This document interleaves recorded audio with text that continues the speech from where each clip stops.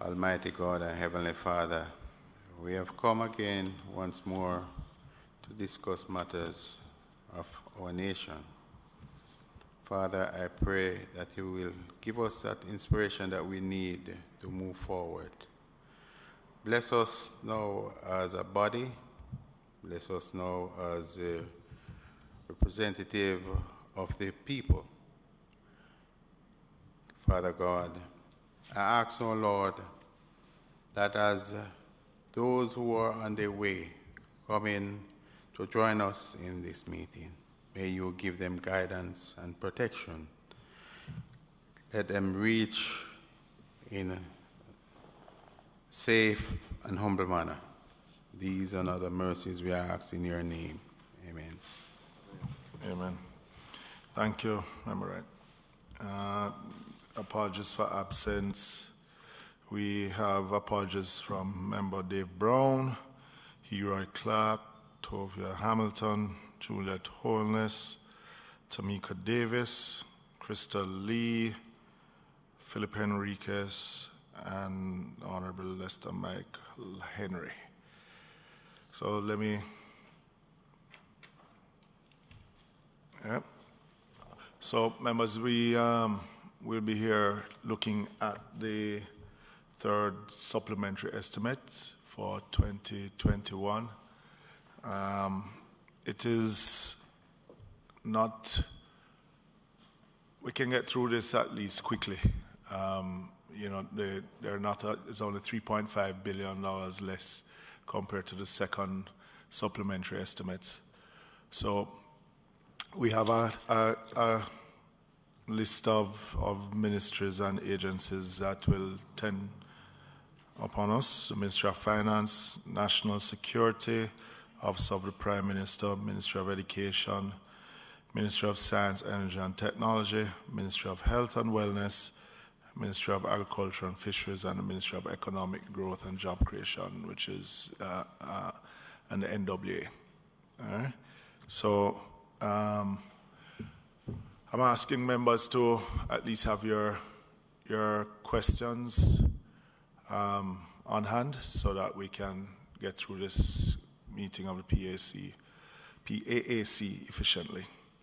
Thank you. Can you invite in the Ministry of Finance?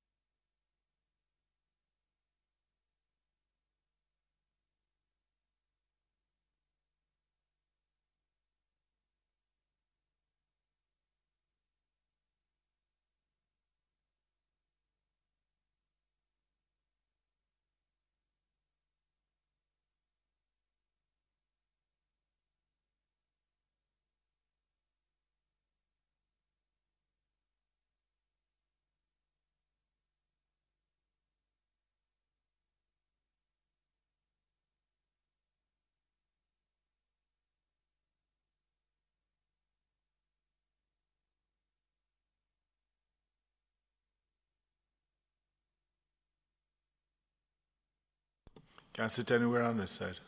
All right.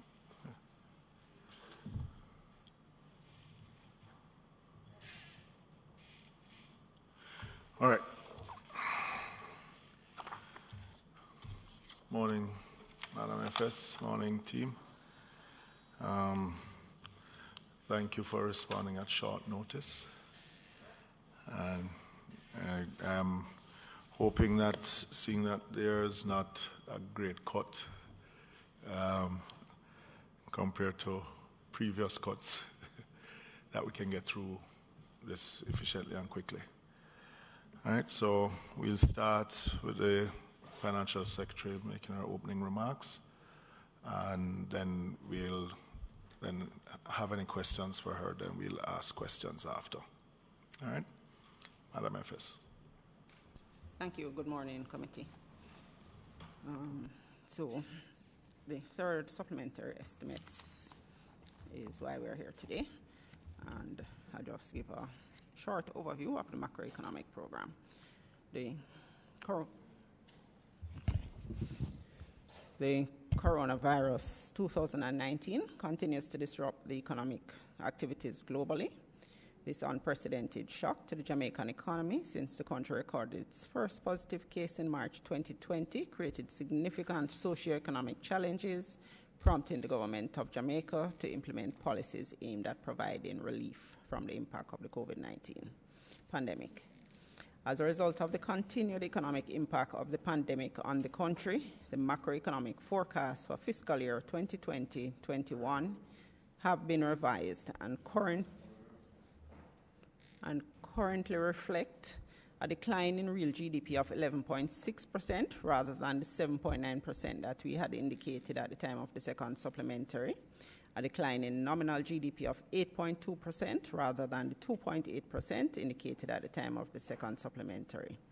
We're expecting annual inflation at 6.3% rather than the previous 5.6%, and the imports are projected at a decline of 26%. This is actually a lower decline than the 28.8% that we were previously indicating. On the economic performance for April to September, real GDP declined for the third consecutive quarter during the July to September 2020 period, registering a contraction of 10.7% relative to the corresponding quarter of fiscal year 2019-20. The outturn for the second quarter reflects a deceleration in economic contraction compared to the 18.7% recorded for the first quarter. For the first half of the current fiscal year, real GDP contracted by 14.6% relative to the first half of 2019-20, as the COVID-19 containment measures implemented locally and internationally have significantly curtailed economic activities. Within the goods-producing industry, all components contracted. Mining and quarrying, with the largest decline of 23% for the review period, was largely impacted by lower capacity utilization due to the temporary closure of the Jikwan iron and steel alumina refinery since September 2019. Agriculture, forestry, and fishing declined by 3.2%, manufacturing by 11.3%, and construction by 3.4%.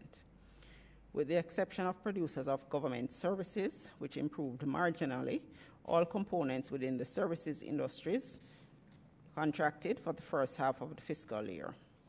Leading this decline was hotels and restaurants, which declined by 76.3%. And this was impacted, of course, by the sharp fall in visitor arrivals and demand for restaurant services arising from the COVID-19 impact. On the fiscal program, our preliminary data for the April through December period indicates total revenue and grants was $398.2 billion, or $0.3 billion higher than the second supplementary budget. Although the total revenue and grants were slightly ahead of budget, the tax revenue performance for the month of December was 1.8% below projections, and this performance is expected to continue through the rest of the fiscal year. And this is expected to result in a 1.7% shortfall against the second supplementary budgets for the full year. Total expenditure, this is also for the April through December period, total expenditure net of amortization amounted to $468.6 billion, comprising recurrent expenditure of $432.2 billion and capital expenditure of $36.4 billion. Recurrent expenditure was $1.4 billion lower than programmed, driven by programs being $2.4 billion lower than expected, partially offset by net interest costs being $1.5 billion higher than projected. Spending on capital of $36.4 billion was lower than the $2.1 billion target, that's 5.5% lower. Amortization payments of $139.7 were lower than target by $1.2 billion, or 0.9%. So the third supplementary estimates, which has been tabled, has basically been based on our performance up to end December, in particular what we are seeing coming out of December, as well as the new macroeconomic projections. So the third supplementary estimates, revenue and grants for 2021 are currently projected to total $576.5 billion, representing a decrease of $8.6 billion, or 1.5% over the second supplementary estimates. All right, so I said 1.7 earlier, it should have been 1.5. Tax revenue is projected to account for the largest share of the reduction, with inflows expected to be lower by $6.7 billion. Non-tax revenue is projected to be $2.7 billion lower than the second supplementary estimate, with a revised projection of $62.4 billion. Similarly, capital revenue has been revised downwards to $48 billion from the second supplementary estimate of $310.6 million. On the other hand, grants are projected to be higher by $1 billion, with bauxite levy basically unchanged. On the expenditure side, the third supplementary estimates provides for total central government expenditure of $850.3 billion, which is $3.5 billion less than the second supplementary estimates approved in October 2020. The adjustment to the budget has been contained in the non-debt expenditure budget, reflecting net reduction in recurrent expenditure of $2 billion and $1.5 billion in capital expenditure. There has been no adjustment in the public debt service or below-the-line payments. As a result of the budget adjustments, central government expenditure now comprises non-debt above-the-line expenditure of $518.3 billion, which is also comprised of compensation of employees at $224.8 billion, recurrent programs at $241.4 billion, and capital at $52 billion. The expenditure also includes public debt service at $294.8 billion and non-debt below-the-line expenditure at $37 billion. On the recurrent expenditure side, the heads reflecting areas of major reductions are pensions, with $2 billion being reflected, and this not to be utilized by the end of the year.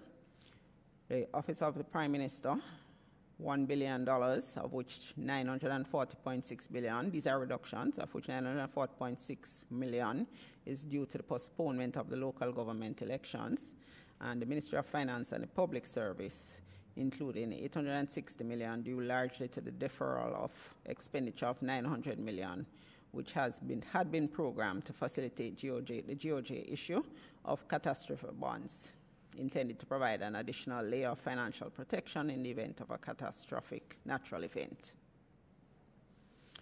Capital side, the reductions under the capital budget are driven mainly by the utilization levels of the projects to date and projections to the end of the financial year. Ministries with projects which will not utilize the full allocation, the existing allocation, by March 31, 2021, are the Office of the Prime Minister. This would be the Youth Employment in Digital and Creative Industries project, $190 million reduction. The Ministry of National Security, for construction and improvement, there's $380 million reduction there. Ministry of Agriculture and Fisheries, the Essex Valley Irrigation, $63 million reduction, and Farm Roads, $150 million reduction. The Ministry of Science, Energy and Technology, where the Energy Management and Efficiency project is being reduced by $267 million. Some payments previously scheduled for March 2021 will be made early in the new financial year, such as payment of $747 million on the 30 fire truck pumpers previously programmed for March 31, 2021. This amount, along with the final payment of $7.1 million, will be built into the fiscal year 2021-22 budget. The COVID-19 pandemic has significantly curtailed the ability of some MDAs to complete some of the program activities, including the recruitment of staff. These amounts have either been redirected to other MDAs to meet critical areas of operations or have been cut. MDAs which have benefited from additional resources include the Ministry of Health and Wellness with $1.3 billion, of which $953 million is to facilitate COVID-19 related activities. Police Department, who has been given $478 million, and the Ministry of Economic Growth and Job Creation, who has received $200 million. Committee members are advised that some adjustments reflect finalization of subject assignments, which took effect in September 2020 with respect to certain MDAs. These adjustments, which reflect transfers between heads, mainly involved the Forestry Department, the Ministry of Industry, Commerce, Agriculture and Fisheries, and the Ministry of Agriculture and Fisheries. The above revenue and expenditure profile generates a primary surplus for the fiscal year of $58.2 billion, equivalent to 3% of GDP. The current projection is $5.1 billion, lower than the second supplementary estimate, which represented 3.1% of GDP. The 0.1 percentage point reduction in the primary balance facilitates accommodation of necessary responses to address the impact of the COVID-19 pandemic on the country. We have attached a summary of the third supplementary estimates, which gives you the recurrent and capital breakout by heads, as well as the central government summary accounts. Thank you.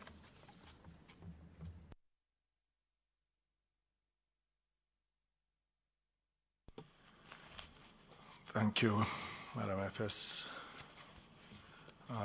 Members, this is a comprehensive report given by the Financial Secretary. And members have any questions they would like to delve into right away? Member Jackson. Morning, Chairman. Just one. In the Ministry of Health and Wellness, of the $3 billion that the minister announced that would be to facilitate the COVID, it wouldn't be covered in here. It is for the next financial year. You're talking about the vaccine? Yes, yes. Yeah, it will be next financial year. Next one, okay. Thank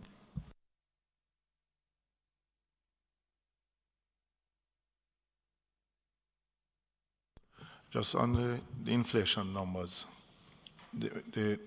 what was our projected? It was between, 4 and 6? So we're expected to just go outside of that for this financial year? Yes, at this point, we're expecting to be 0.3 over the 6. Over 6. To do with the risk insurance, this 900 million, that is, this payment of 900 million is going to be deferred, or is it that it is just being taken out for?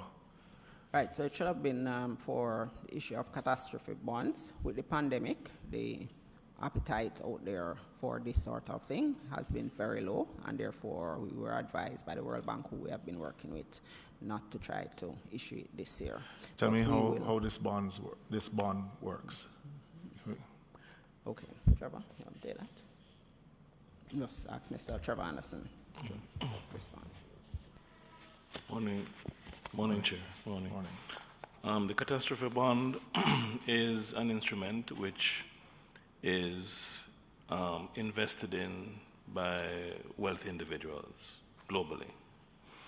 And each country, of course, is assigned a particular risk profile which determines the price and the premium. Depending on the conditions in the market, it will affect that premium. With the COVID pandemic, the market was in disarray, which is why it was delayed for 2021. So the World Bank advised that they'll be looking to issue this instrument on behalf of Jamaica in the first quarter of 21-22. Okay. Essentially, there is a threshold, and once that disaster threshold is surpassed, it triggers the payment. Well, why I ask is because the last one that we were involved in, it was a regional, I think it was. You're speaking of the CRIF. Disaster risk. We're still involved with the CRIF, yes. Yeah, but the threshold was so high that we were paying to it, as my memory serves me well. We were paying to it, but we would never get a drawdown because of how high the threshold was. What's the difference between that and this, where the threshold is concerned? All right. With the CRIF, just to a minor correction, yes. we have, Jamaica has benefited from a payout recently. Oh, we have. Of $3.5 million in relation to the recent flood events. That's 3.5 The heavy million rains, yes. US. Yes. So it works the same way. Both, there are different models, but hopefully the threshold would not be seen as being too high with respect to this catastrophe bond. Compared to the CRIF. Compared to the CRIF. Okay. As the name implies, the payment would be triggered by a major. So if we had a major earthquake or a hurricane. Category 3, Category 4, yes. Okay. So it's 3.5 that we would have gotten paid out. That would go straight to... We were paid out by CRIF for the recent rains, yes. And that goes to central government's resources? Government. Yes. Yes, it came to the central government, so it would have assisted in addressing the roadworks that have been undertaken arising from the flooding. Wouldn't have? It would have. It would have? Yes.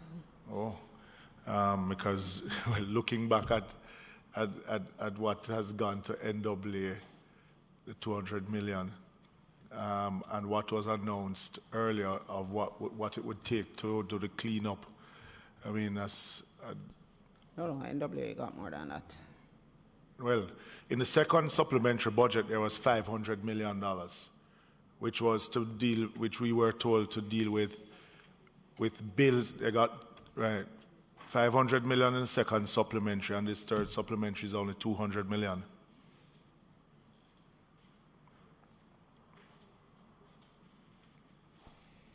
All right, so we would have redirected funds to facilitate addressing the damage from the recent rains. And the funds that came in wouldn't have come in immediately, but that came in would have helped to facilitate that. So they will be getting money, but it's not yet. They have already gotten money. But if I am to go by the supplementary budget Okay, so what we have done is for the third supplementary includes reallocations as well as cuts. But the only thing in here that I see for... Okay. All right. I understand that we need to do an amendment at standing finance, right, to what is here. Oh, from the 200 million. Go ahead. You want to address it? So the Financial Secretary was explaining that funds were redirected to address some of the issues for the Works Agency to deal with. And we're explaining that redirection will be reflected as an amendment in the Standing Finance Committee amendment, meaning that where the funds were approved, they will be reallocated. The reallocation will be shown going to the NWA. Okay. So the works that were done, like with the members of Parliament in December, the roads that were repaired and so on. That's the question I was going to Right, ask. because I didn't see that reflected Yes. at all. But it wasn't, the reallocation was not shown. Right, But it will be reflected in an amendment. But I think there's a larger issue, because what was given to the members of parliament would have been a drop in the bucket. When I say drop in the bucket, it is a speck at the bottom of the bucket compared to what is needed or required out there in reality. I know some patching was done outside of what members of parliament did by the National Works Agency, but it was left unfinished in many areas or untouched. So if there's going to be a redirection of resources, that would have been work that was already done. And looking at what is here in the supplementary budget of just 200 million, which would be between now and the end of the financial year. So my concern is really what, or if any more, in that redirection outside of what was spent in December by the members of parliament and the NWA. If this 200 million is all that they're getting outside of that, then this is woefully inadequate for even just some works to bring roads back to driving conditions after the flood. All right, so Chair, Magic is on the list of ministries to appear. I think they will address those issues. And we wait on that. All right. Okay.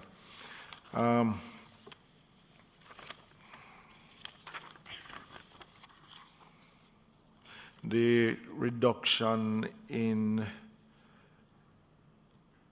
your revenue and grants, tax revenue is projected, representing a decrease by 1.5 over the second supplementary estimates. Can you give us the areas that you're seeing the fall off in revenues?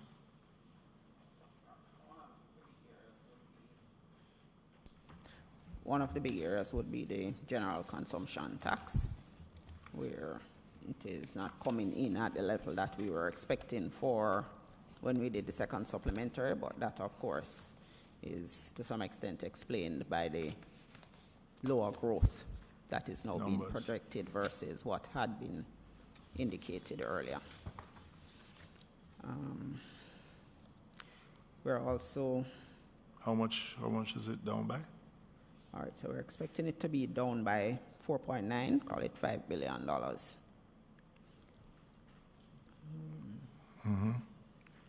We're also seeing, that is the main area.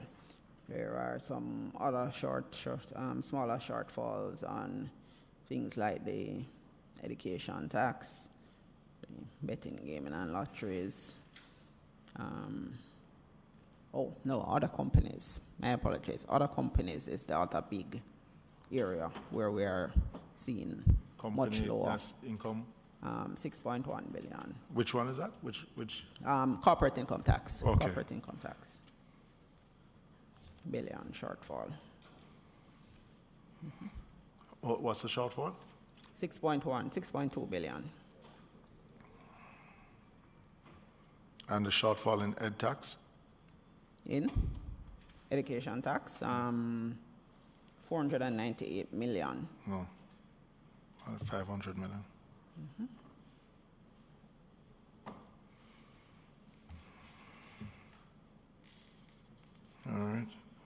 All right, so we do have the international trade taxes doing better. And international trade taxes, custom duty, stamp duty, etc. Doing better? Doing better, and some of that would also be due to the level of the exchange rate, Trevor. Because your imports are down or up?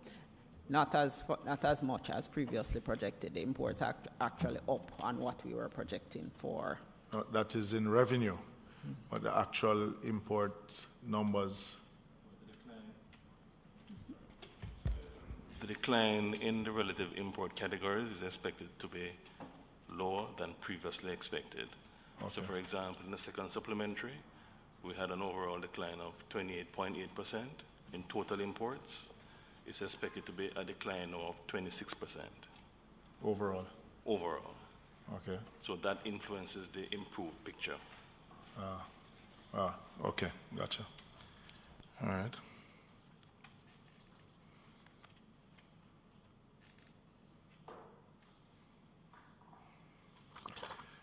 The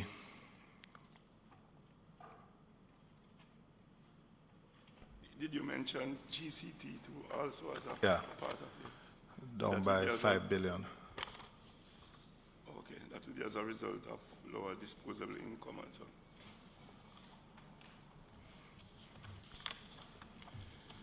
Yes, we are, given the lower GDP, we're expecting that there would be less spending than was previously projected to generate the GCT. I didn't get that. Yeah, given the lower gross domestic product that is being indicated, we're expecting less spending to generate GCT. All right. On the 20,000 for the employees' contribution to Sagicor Life Jamaica Limited, is that a deferral of payment or?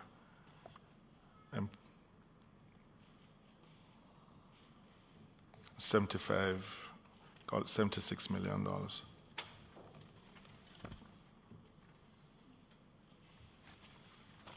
Okay, I think that one is definitely the Sagicor health insurance, where we project an expectation with respect to the take-up, and at this point, it is not looking to get to that level, so it's being reduced.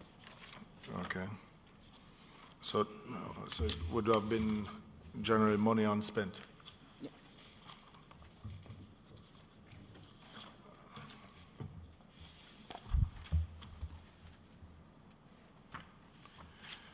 The pension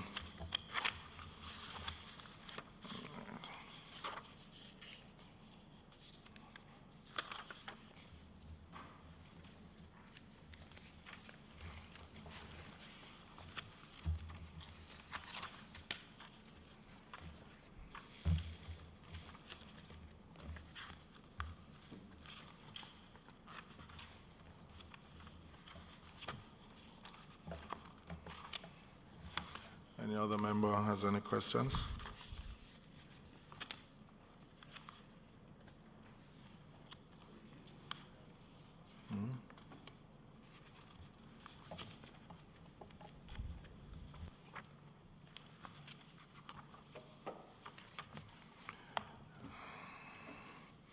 The public officers' pension monthly allowance, the statutory amount reduced by $1.9 billion. What would cause or for that reflection? That is 20,019.1.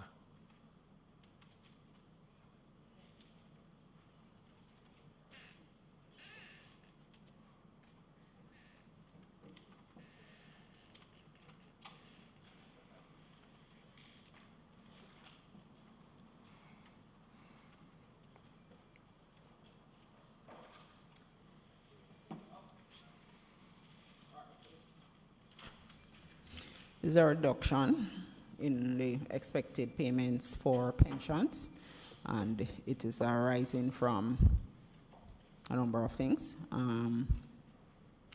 We have been working to tighten the operations in terms of the pension payments to ensure that we are adhering to the procedures. As I'm sure you're aware, one of the things that is required for pension payments to be made are life certificates, that on a quarterly basis, life certificates be provided.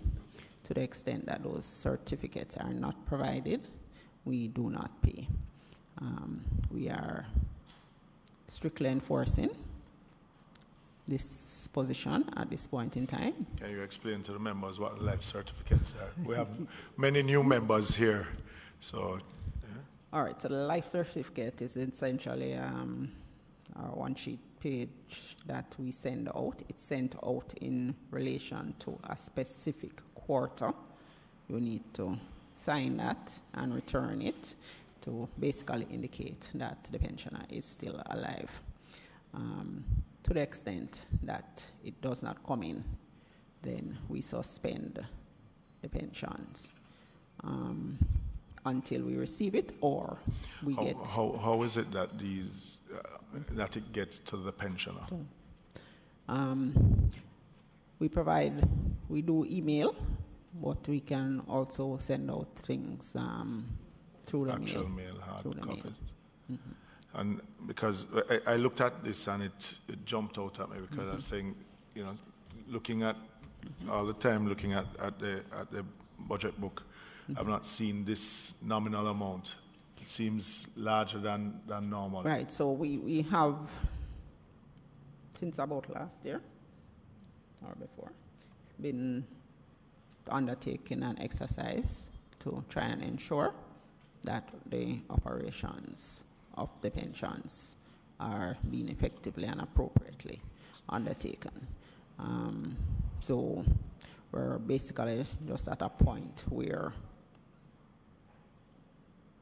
I know the Auditor General had a report on it recently as well, where we have taken all of those things into consideration and we have made some changes to try and ensure that we are. Is this certificate a new thing, or is it something that has always been in place? It's not new. So the Auditor General's report would have indicated that there were some payments being made without the certificate coming in. Yeah. We have looked at that. We have tried to get down to the details to see what's happening and put systems in place to try and prevent some of this from happening. Having done that, we are now seeing where the things have been cut off once the life certificate hasn't come in. We're not saying that we're not expecting anything to come in. We would have been working with pensioners once they called, say whatever. But some of them. But clearly, just to have a large amount like this, there's. Oh, this is not the cut.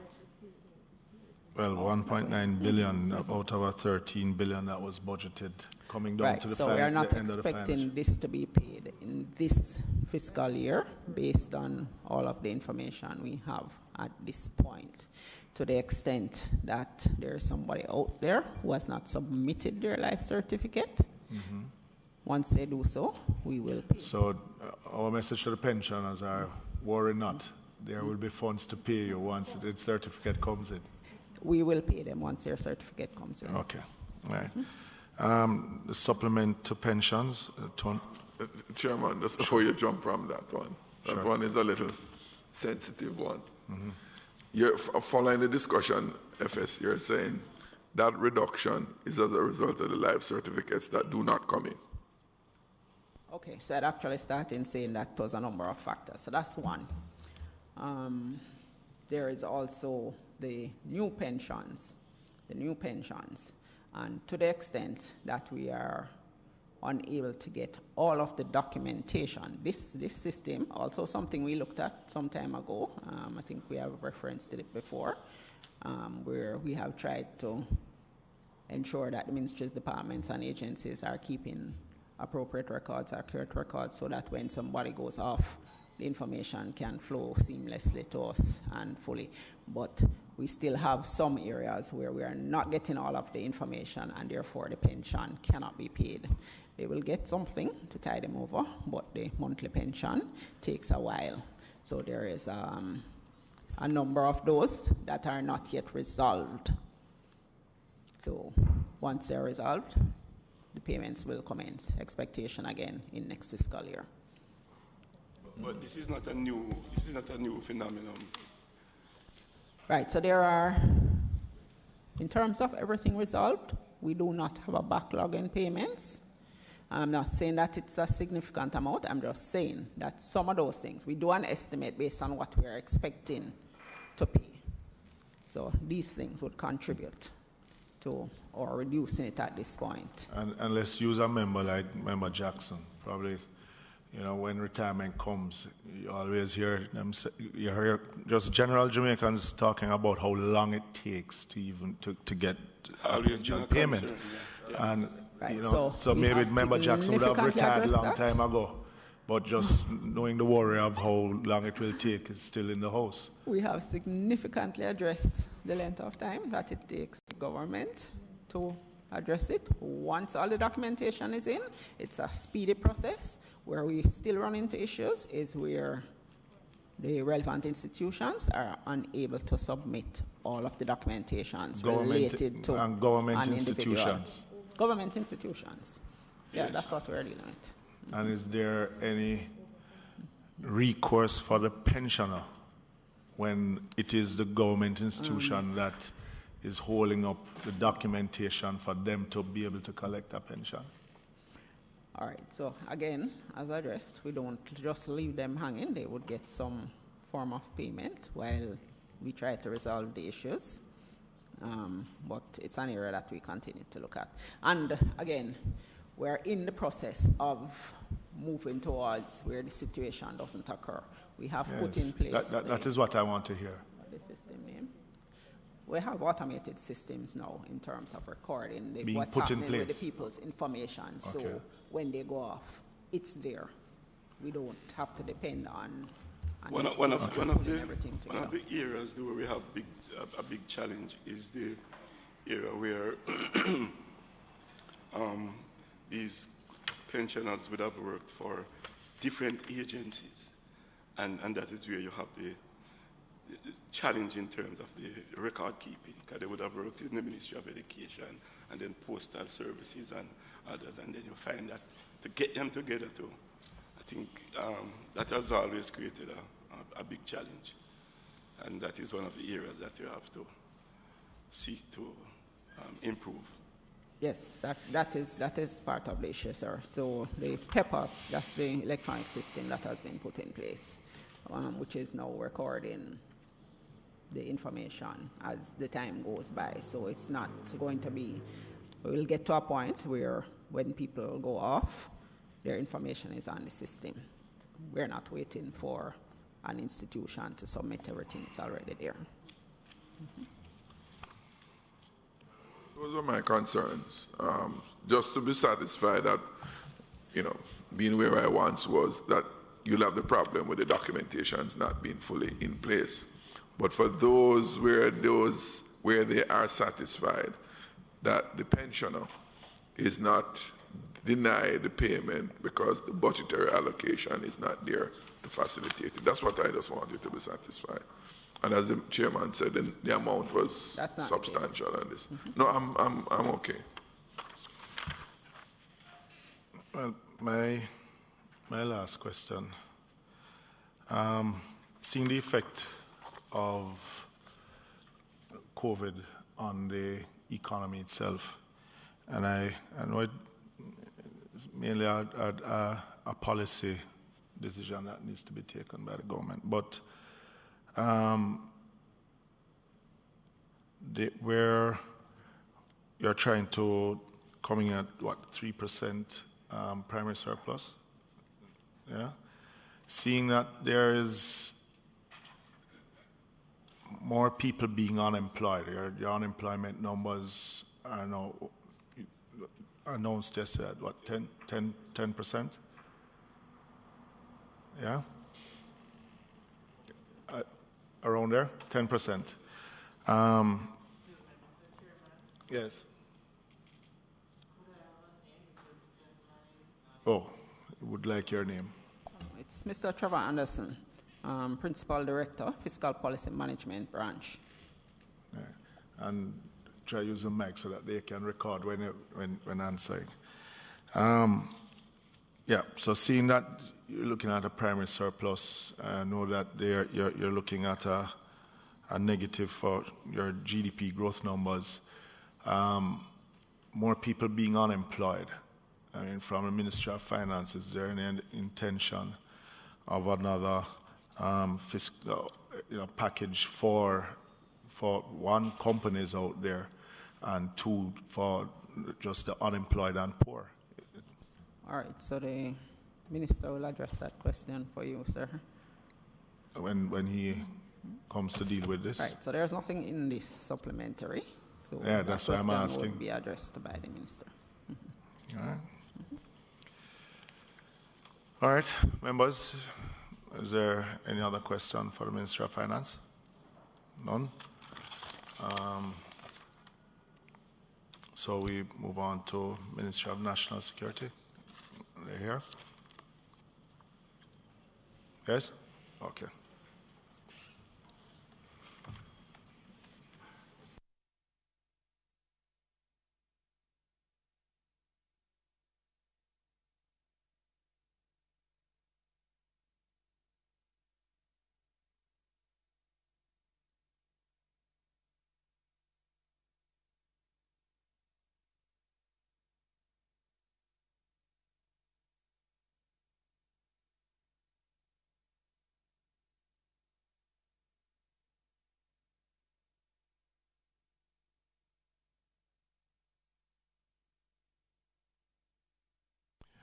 Where's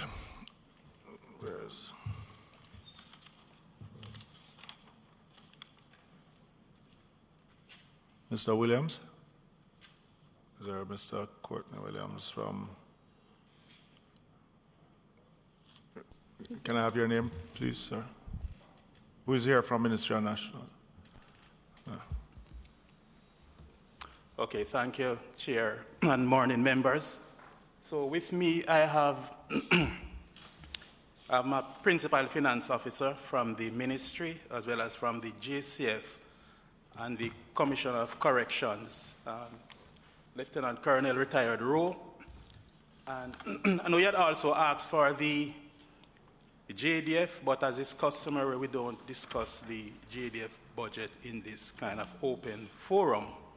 So I think that is understandable. Well, the norm is usually they turn up on the committee and then we go in camera to deal with them. So it's not a matter that they don't appear. Right. But okay. Right. But nonetheless, in terms of that, there's no adjustment in the recurrent budget for the JDF. And in terms of the central ministry, as you would see, if you look at the supplementary estimates, 26,000-1. In terms of the recurrent budget, cumulatively for the central ministry and the JDF, it's relatively flat compared to the second supplementary estimates, where the allocation then was 28.40 net of AIA, and the allocation in the third supplementary estimates are 28.44. So it's broadly unchanged, just about a 42 million adjustment net. And this would have been utilized to deal mainly with some in the area of use of goods and services and grants and contributions, to deal with some general expenses of the ministry.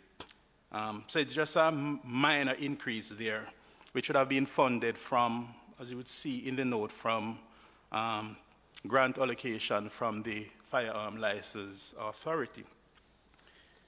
In the area of the correctional services, the commissioner is here, but there's no net adjustment in the correctional services. So there are some areas where we have reductions which have been offset by increases elsewhere.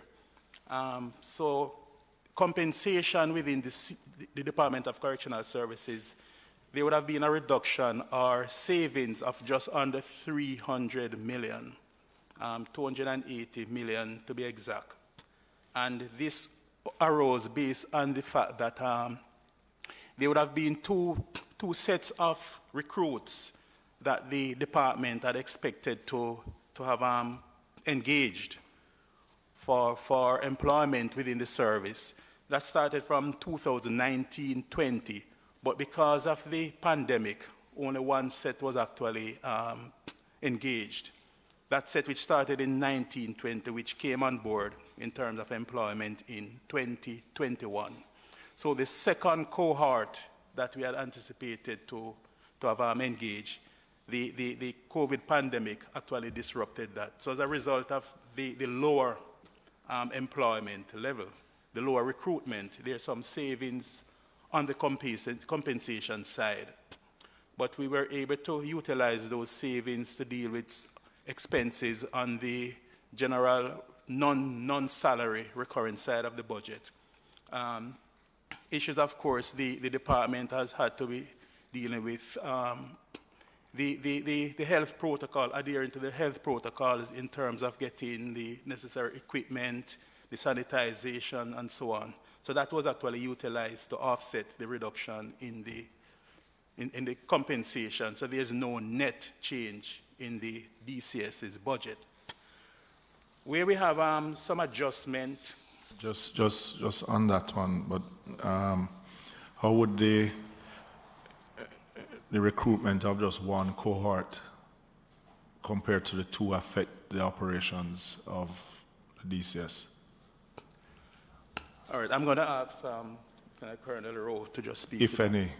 Thank you, sir. It's always a great occasion when I have an opportunity to share some of the thought processes that DCS has to go through. In assuming the post as commissioner, certainly one of the first challenges I had was to confirm whether or not I had the adequate staff to do the job. In 2019, I was understaffed. Correctional officers 1, that's the entry level, 250. In 2020, I remain understaffed with 282, even with the graduation of an intake of 111, which actually occurred late last year. As of January, I'm understaffed 283. That's January this 2021. That's correct. That's correct, Sir Chair. So go again. 283 entry-level correctional officers. With that said, we endeavored to establish a accredited training package where we utilized certainly the downtime in 2020, got accreditation with NCT Vet, trained our instructors, and we appreciate that we have to push batches of at least 120 times 2 for the training year. Because of the pandemic, that certainly was thrown off. We actually had to use the pandemic year just to complete 1. We had to break them in 2. We had to recognize social distancing within our small training campus in Runaway Bay, and it actually took the whole year to finish that 1 batch. So we are still understaffed in terms of our established CO1 figure, and we see ourselves poised, ready, certainly moving forward this year to get other batches through. Seeing that the pandemic is still with us, what's going to make the difference in your training exercise? Right, so we now appreciate what's expected. We now appreciate what measures we have to put in place within the training institution. So the recruiting process has begun, and we are better prepared, I believe, than when we were first hit last year. How many individuals in each cohort? Well, we are looking at a smaller cohort now as opposed to in the hundreds. We're looking at 60 to 75, and we're moving to do multiple batches for the year. Each training batch is 14 weeks. So with that said, we see where we could get that revolving production of correctional officers trained to an appropriate standard and qualification and accreditation to bring that value within the institution. In the interim, we continue to work with the numbers that we have, and that is always a challenge. Fatigue, more so with the pandemic, the shift system, but it's also about communication. We have the staff on board who appreciate that it's going to take a journey to get the other vacancies filled, and no doubt they are anticipating for that additional influx. But in the meantime, we continue to hold our forts with the numbers that we do have. What would cause this increase in the direction and administration of 137 million? Right, sir. At this point, I would ask my Director of Finance if he could mention, if he could speak on that. Mr. Norris Gilbert. Thank you, sir. Thank you. Good morning. Morning. Members. The direction and administration, it's of the 80 million going towards compensation, it's a shift based on a number of positions that were classified in the medical unit, which is now which falls under direction and administration. So there are some employments there, and in terms of travel allowances and the use of goods and services, some changes which had to be made at the staff college, which falls under goods and services, falls under direction and administration. That is where that comprise that 137 million shift to direction and administration. So you're saying that additional employment within the medical area of the DCS? Yes. That would compensation for employees of 80 million? How many individuals are those? Well, the medical, and there's a legal and technical unit. I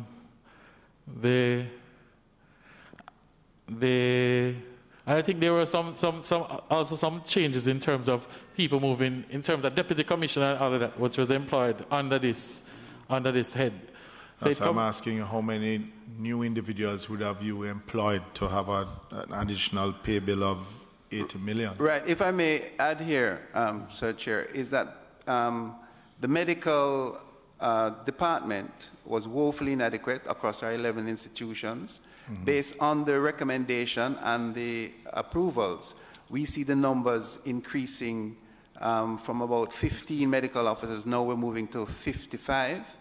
Within that region, we are speaking of doctors, psychiatrists, psychologists across all institutions, plus medical support staff in terms of practical nurses, medical aid, so that we can provide that duty of care to our vulnerable population, certainly within our medical facility within the institution, the hospital blocks, and to treat with our mentally challenged and other bedridden type inmates and wards. And can you say whether all those additional employees were within the scope of your establishment? Well, we got that approval to the establishment in December last year, and we actually are advertising, seeking applications from across that skill set. But it is now officially part of our requirement to provide that service.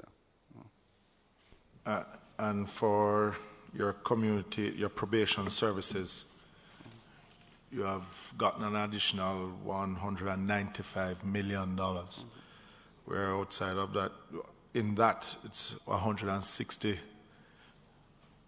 million for compensation of employees. So what you have, what is the rationale? You have employed way more persons in that area? Not at all, sir, but again. No, this one, Chairman, is it's a realignment because we recognize that some of those positions, that some of those items were not adequate based on the original budget. So that is where that item of 160 million. It's not new employment. It's realignment of some of those expenses which were not classified originally under the correct area. It's really realignment of those finances. It's not new employment. No, I'm not following you. Yes, it's some of those positions that were reclassified, realigned to probation and rehabilitation services. Uh-huh. So it's not new employment to the area. It's where some of those, the original budget that was crafted may not have included. So your probation officers, what this is saying to me, just looking at it, is that you have gotten an additional 195 million. Out of that, your compensation for employees, 160 million. This is for community and safety and security. Yes. Right? So I don't understand the realignment part of it. Is this to take care?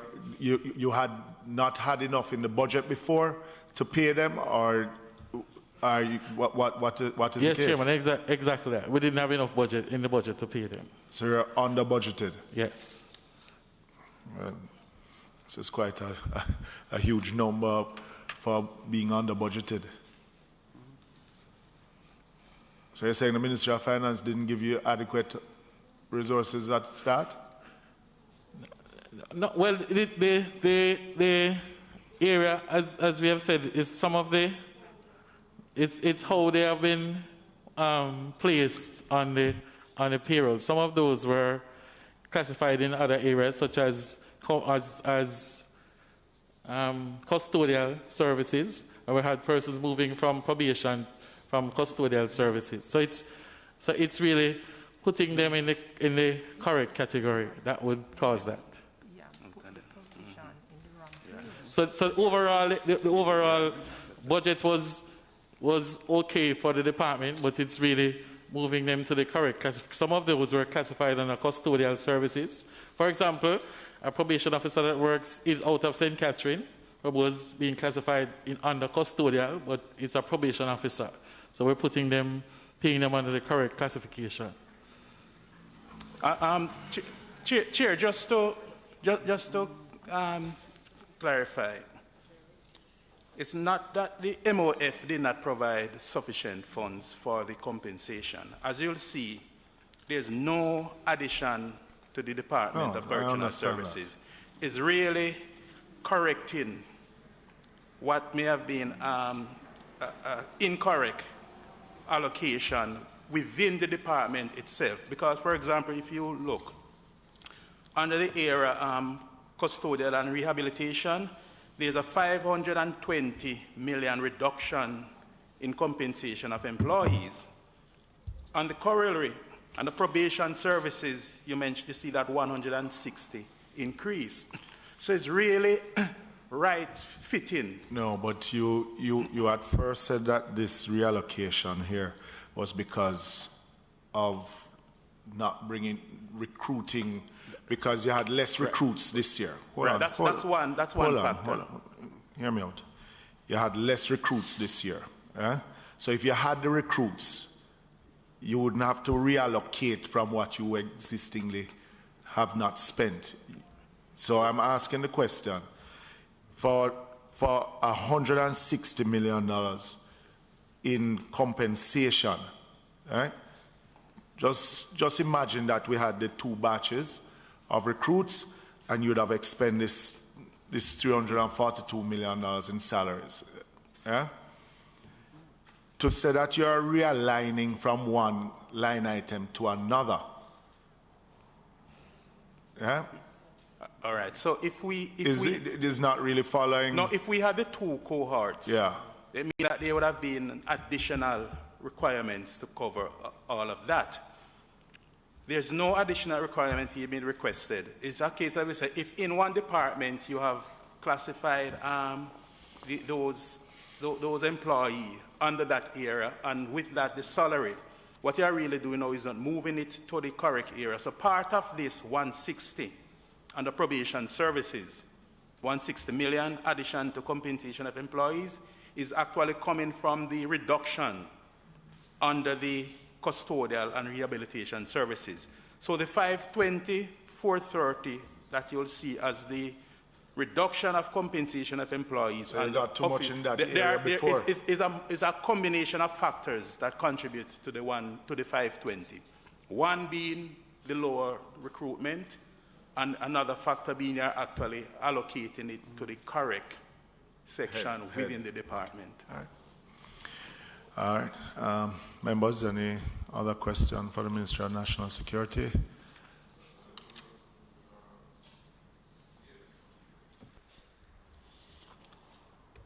The police had a benefit, or have a benefit, for children, educational support, where once a student gets a certain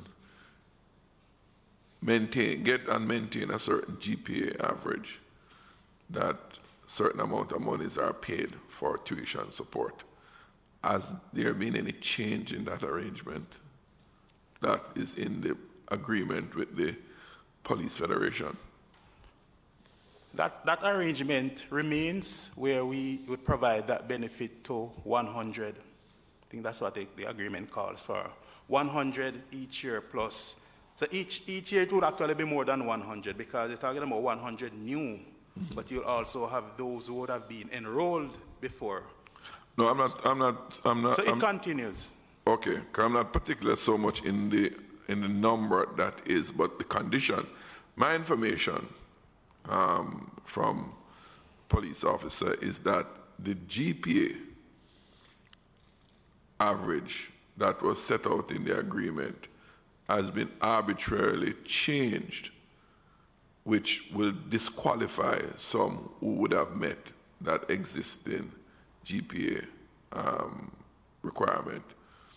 So I'm going to ask you to check on it, because what it effectively would do is to disenfranchise members who would have planned for that support in the grant. Right. What I can tell you is that there's no increase in the GPA criteria. Okay. Fine. Go no further. But just to, since I'd mentioned that, and let's finish with the DCS, and in terms of the JCF, and the allocation in the third supplementary, it's a statistically insignificant 1.1%. But nonetheless, 478 million.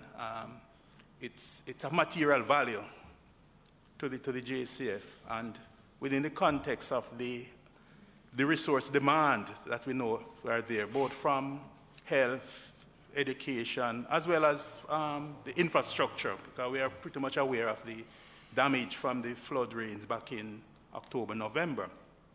We are really appreciative of this in terms of the positive response from the Minister of Finance in terms of responding to the demands from the JCF. So notwithstanding the, as I say, statistically insignificant 1%, but it's we really appreciate and value this sum, because it will actually assist the force in terms of the operations that the force has to undertake. Naturally, we would have welcomed much more, and we do have the capacity where we could efficiently spend more than this, but we'll work with this amount. Mr. Chairman, oblige me. When I listened to Mr. Williams, I said to myself, the FS would want all permanent secretaries to come from the Ministry of Finance. Because for a moment, Mr. Williams sounded like the officer I knew him to be in the Ministry of Finance. His understanding of the fiscal constraint, notwithstanding his ministry's demand. I think Mr. Williams, unlike some other permanent secretaries, saying, thanks for not cutting me any further. Thank you very much, Mr. Williams. And good to see you in that role, sir. Yeah? Thank you, sir. And to the team of the DCS and JCF. Thank you very much. Members, we have the Ministry of Education coming in now. That would be page 41,000.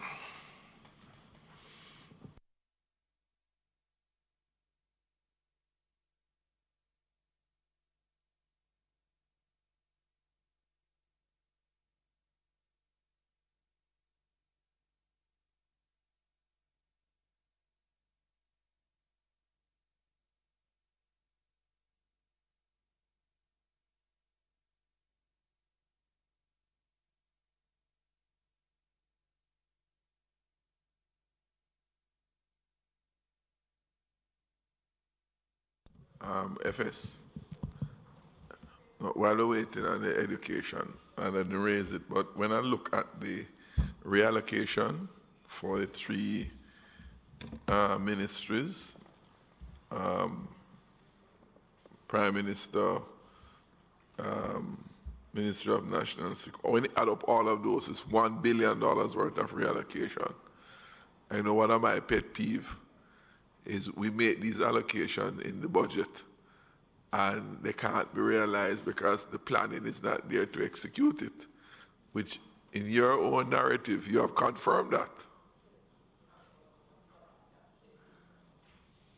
You have to take into account this year that the COVID-19 impact this year. So it has also disrupted some of the activities of the government.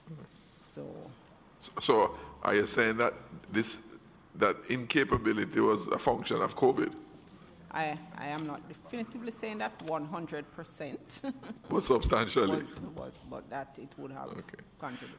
No, I have, as you know, I am very much peeved because when this happens, it undermines the ability to put resources where they're, really crying out for it. At the end of the year, this is a reduction because the thing can't be implemented. Yes, sir.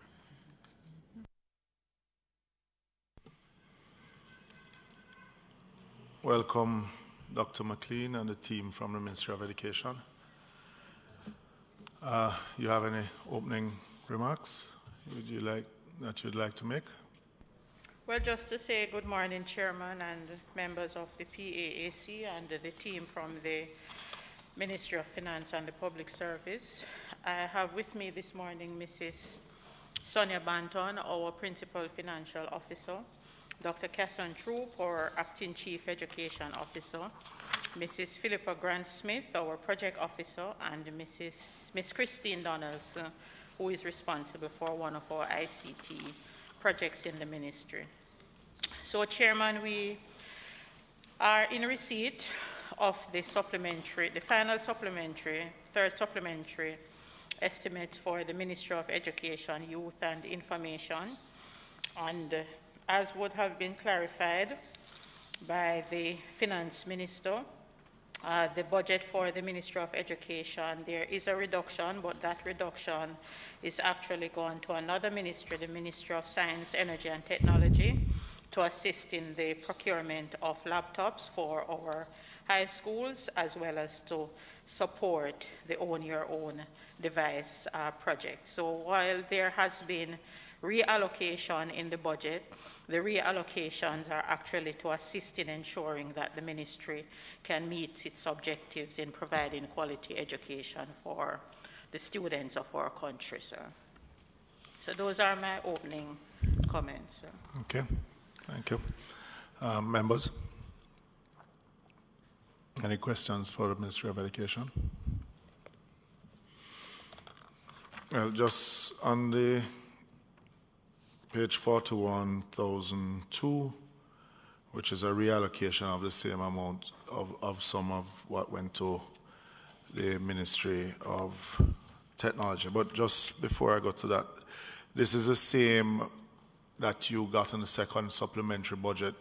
Is it the same allocation to the ministry for the laptops, or this is an additional allocation?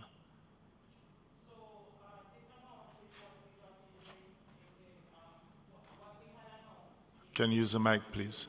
Microphone, please. Right. So this amount, yes, Chairman, that is related to what we would have received at that time, plus the additional from the ministry's reallocation that will be going over to the Ministry of Science. Right, and I remember the minister announcing in Parliament when she was asked, I think when you were last here, that the delivery of these laptops would have been late December to early January. How many of the 15,000 laptops have you received already? Chairman, we are now in receipt of 5,000 of those laptops, and we are in the process of organizing ourselves for distribution to commence by early next week to the schools.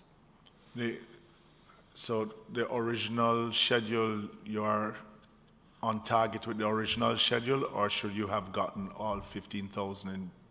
No, in well, January? it's actually a phased approach, Chairman, that we had anticipated. As a matter of fact, we were actually told that there were 3,000 initially, and the supplier, based on what we have received from e-learning, would have reorganized themselves, and so we now have 5,000. And it is my understanding that the additional 10,000 will be provided before the end of the financial year on a phased basis, so we can have all of those distributed. Before you go, member, the minister had proposed an initiative with the schools where they would have purchased or make arrangements to purchase tablets per school. Is that still in place? So we had done that initially, Chairman, and based on discussion here and with our new ministers, we made a change to that initial plan. So what we actually did, we discussed through e-learning and our schools, and those schools that had actually started their procurement and would have started the process satisfactorily, we allowed them to continue their procurement while the additional schools are going through e-learning. So since they're going through e-learning, what's the process? Because where are we in the process of supplying the schools with these tablets? So the distribution for these 5,000 that e-learning now has, sir, will commence next week. Yeah, but these are not tablets, these are laptops. Oh, I'm sorry, I should have said laptops. It's actually right. laptops I'm So talking these about. laptops are for these same primary schools? No, and the laptops are based on our research and classification. The laptops are for our students in grades 10 to 13. Right. So where you had, so the initial program was also targeting primary schools. No, the initial program was only targeting our secondary schools. That is for the schools to purchase Right. tablets? It was only the secondary schools that we were So targeting. this is replaced. So this will be a part of that program. Yes. These laptops. Yes, that's a part of the program. Okay. These are all laptops, sir. Yeah. Remember, you wanted to. Read the tablets. Yes. Where are we with that? Okay, so the tablets, that is under the ministry's Tablets in School program, which was really aimed towards the primary schools. Very far advanced, we have completed the distribution of over 34,000 tablets for students in grade 4 to 6 who are on path. We are currently now doing the reconciliation, and the reason for doing that, member, is that persons are placed or removed from the PATH program at different times. So we have to do the verification, get the information from the Ministry of Labor, and then we ensure that all the students are provided with. So we are doing the reconciliation based on the 34,000 that were distributed to see where any variances are. And once that information is provided, which we expect to have this week, we will commence the distribution of the additional 5,000. I think it's about 5,300 CEO that we have to those students who may not have received.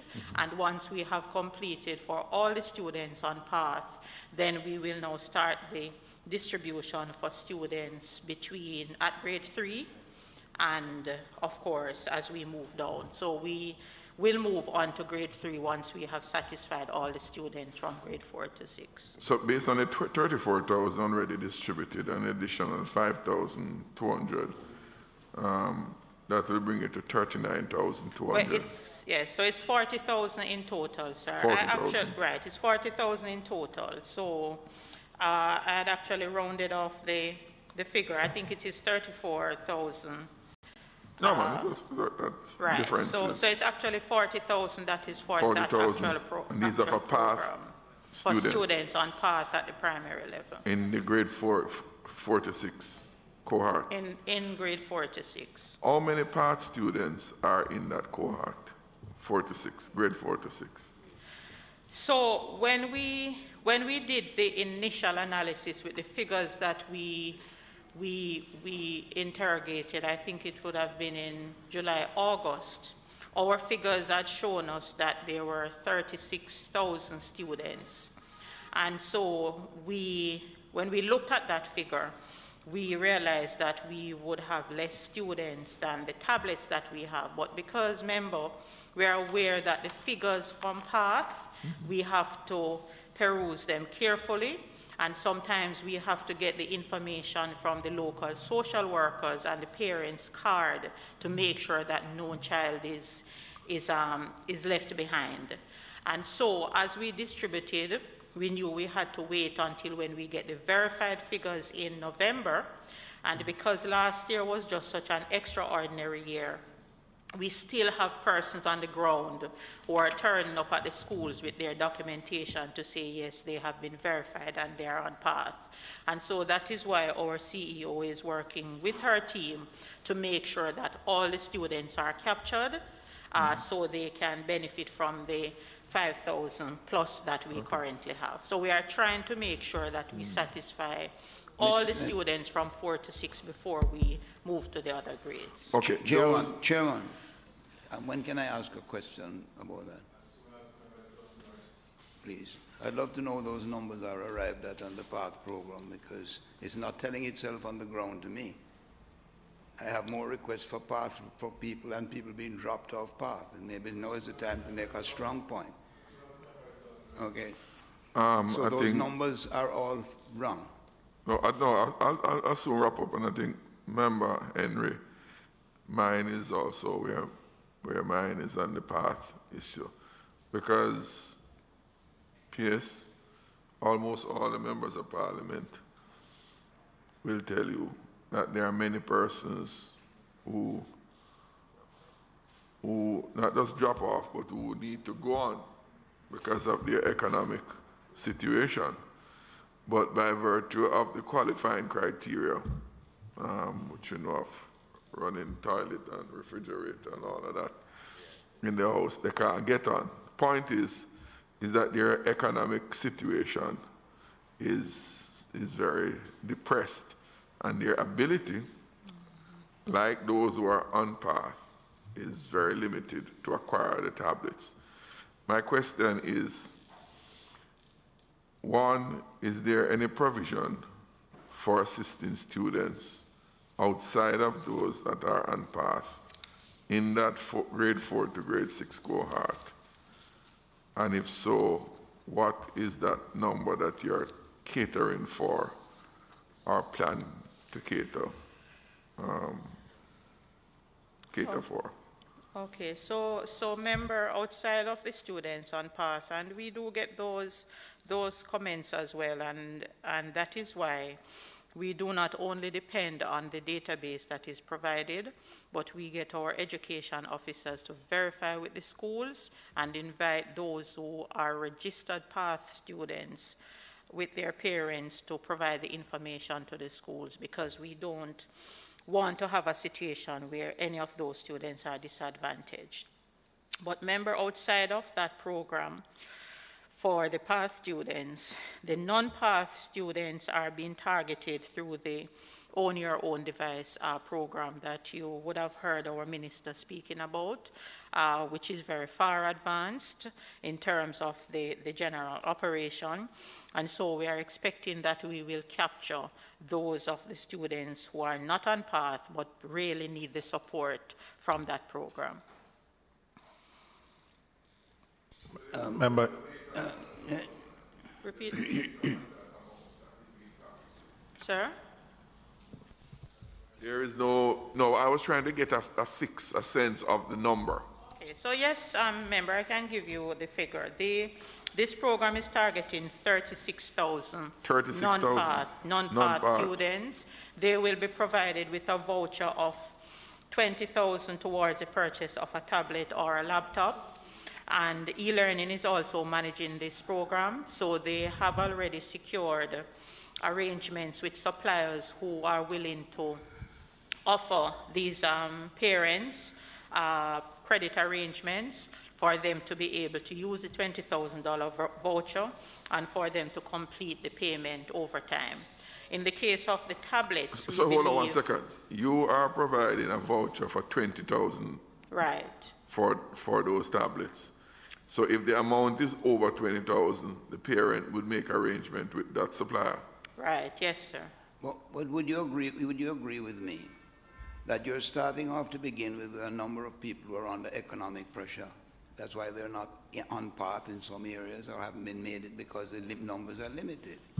Don't tell me you're planning without a percentage plus or minus in terms of what is available. And you're offering credit to people who aren't even on the list of path. How are they going to afford to find any difference? Those are the children that are remaining now and looking work rather than looking to go back to school. So I'm saying that your figure in relation to your approach, we should look to find some way to improve on that and increase on that. And remember, I speak from 40-odd years here, hearing the same story why we see some decline. Well, Member Henry, I'm not really sure how to respond to that question at this point. I believe, however, with the database that we are now developing, over time we will have all the students who do have tablets, laptops, and those who do not. So we will not have duplication in terms of any of the benefits. So that will help us over time. Unfortunately, this was not information that we had captured prior to COVID. And so it's really building the database and working on the ground to ensure that no child is disadvantaged. So while the 36,000 may not be adequate, sir, it is a start until we have the full data and we can say to the Ministry of Finance, this is what we require to satisfy the needs of all our students, sir. I continue to pursue my position that you undercount the population, you undercount the need, and therefore you aren't able to satisfy it. How many children do you have registered for Central, Clarendon, Maypen? What is the population of it? Minister, I'll have to provide you with that data, sir, at a later date. I don't have it broken down in that form, sir, but we'll provide it to you, sir. And I promise to provide you also with a full list of people left off path who have made applications, haven't been able to access it, and some of them are still being dropped in between moving from one school to another, or one term or another.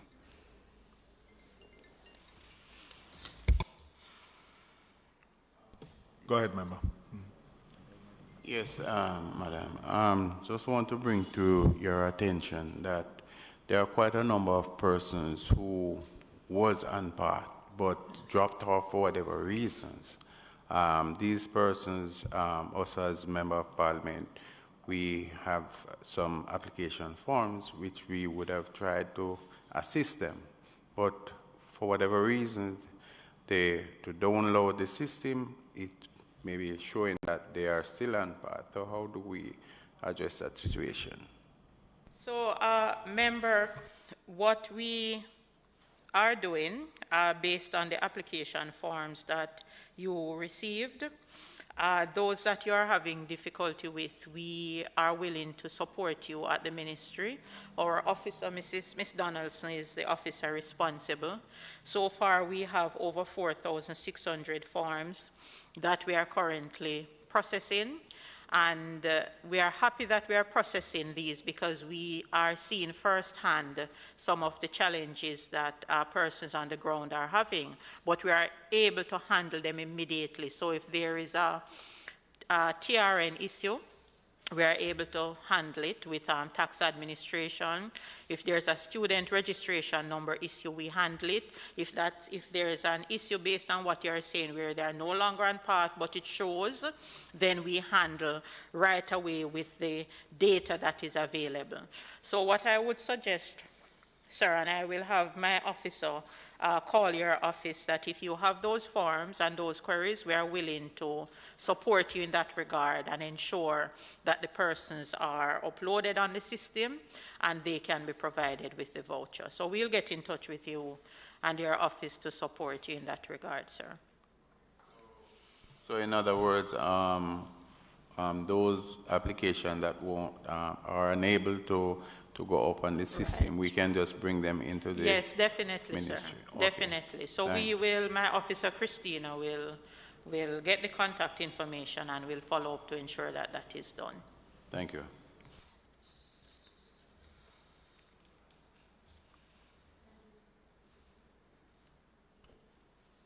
Don't know. All right. Thank you so much, Chairman. P.S.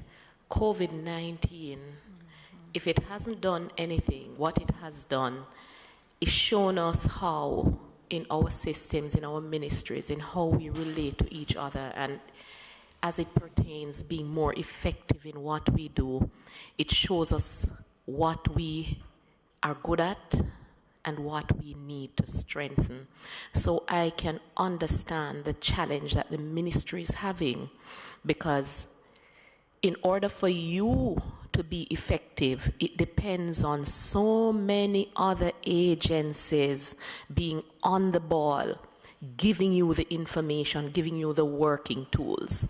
So as much as I am eager to see this system functioning in a seamless way, I am apprised of the challenges that exist there. And therefore, I want to suggest to you, I don't know who is in charge of PATH or how that system works, but it strikes me that we need to look into that system very quickly to ensure that the persons who are on PATH are indeed the neediest individuals, one. Two, maybe we look at the requirements, as Member Jackson was saying, for those who qualify for PATH, because when you're going to say if the person has a refrigerator or a television, really in these times, I'm not sure if those are the best tools to determine the extent to which a student is qualified, yes or no. P.S. I also want to suggest to you that the best information that you can get, and maybe I am not reinventing the wheel, maybe that's the direction in which you are heading, include the schools, the principals, the PTA, the classroom teachers, and the education officers as you collate your information. The seat that I represent, St. Catherine Northeastern, deep rural seat, badly affected by COVID-19. Because of the terrain, the principals and teachers are having a difficulty sending out the hard copy, retrieving it, giving lessons via WhatsApp. Connectivity is poor, right? So as we strive to be even more effective, if we could really get on the ground, meet with these teachers, meet with the principal, or even have the education officer send a squad out that will get the information, so you would have a true picture, not necessarily depending on PATH, a truer picture of the needs in each school as they exist. Thank you so much, and I know it's a trying time, and I support you. Thank you very much, Member, and we are guided accordingly. No suggestion goes unnoticed, as our CEO will tell you. The deep rural areas, yes, we are seeing the challenges. We have just started on Monday our intervention program, where the education officers and our maths coaches and literacy coaches are actually going into the communities to support our children in church halls and in the USF community access point centers and so on. So this is expected to be intensified. One of the things that we will do is really try to see how we can reach out to you, the members of parliament, who may be in direct contact with some students who are not being engaged. So we are not only depending on the schools to give us, but we are going to try those other avenues as well as we seek to go into the next phase. Some of our principals were a little frozen, really unsure of themselves. It was a shock. Persons responded differently to these kinds of situations. But based on our meetings that we have been having with them, they are now coming into their own. And so, Member Morrison, we will continue to solicit the support of the MPs in this regard so that our children can be engaged. So thank you very much. All right, just finally. Yes, sir. I think there was an announcement of about 100,000 tablets overall, which your assessment so that you would need to fill for the schools at the beginning of the pandemic. Yeah? How many tablets have we delivered yet so far? in the first phase was, what was the number in the first phase? Okay, so when we did our crude analysis, and I have to say crude because it's really a moving target member as it relates to what is available within the system. We projected that we needed at least, well, it was 209,000 tablets or laptops that we projected that was needed in the system overall. And us at the ministry, based on the support from the Ministry of Finance and our reallocation, we had projected that we would be able to support about 129,000 of these over 2 financial years, meaning that it will go into the other financial year, but it would still be in the school year. So far, we have provided, and these were actual tablets that were in schools before, but they were being used for different purposes. So we have provided 18,000 that were distributed in the first instance. Then the 34,000, as I mentioned, that would have been distributed already to the grades 4 to 6. The 5,000 that we are now starting with the grades 12 to 13. We would have distributed the 25,000 to our teachers, and we are estimating that based on the support that we have received from the 1 laptop per child, we have distributed close to 7,000 from that group as well. And so how much will be provided under the Own Your Own tablet? 36,000. We haven't started that distribution I know, yet, I know, sir. but So, that would be in your numbers. right. Of what So, Chairman, I believe that by the end of the financial year, we should at least be 70% of this target that we have. And by the end of the school year, we would have at least provided what we would have accounted for.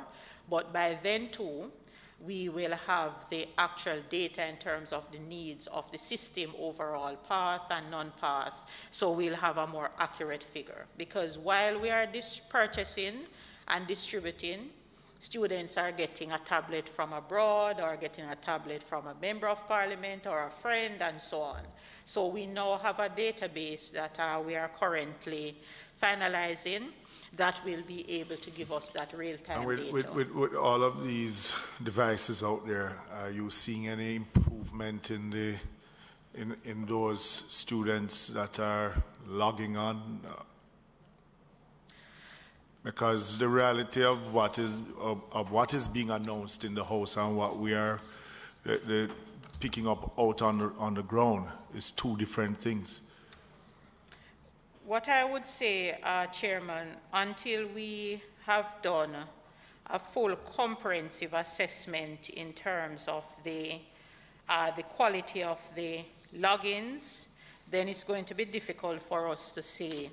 Our weekly report, for example, for last week would have shown that 35,000 of our students logged on the 11th, 28,000 on the 12th, 44,000 on the 13th, and 40,000 on the 14th. And we actually collect this information on a weekly basis in terms of the logins. A cohort of how many students nationally? Well, we are talking about a system comprises of 568,000 students from primary to secondary. We do not have the tertiary to tertiary. We do not have the tertiary captured in this figure. Primary and secondary. That right, about a little over 200,000, Chairman. But remember too, sir, that there are other ways that education is being accessed as we speak. So what we do, we try to capture the data. I have not yet gotten the full data for the overall period since we started back on January 4th. That is being prepared. But based on what we are seeing a gradual increase in the number of persons who now have... And the last log-on numbers were? Well, for Friday the 14th of January, we had 40,000 persons logging on. But based on data that we collected last year, we had I believe, CEO, it was about over 90% of our students with a Google login. Yes, 100%. Right, so we have seen where there are Google login accounts, Chairman, for 100% of our students, but not all persons are engaged each day. So we have to watch it because we don't know what they log in for, if they just log in to have a look to see what is happening, and also the quality of the times that they spend in an actual classroom. So we are still interrogating the data, and we will update as we have more conclusive data, Chairman.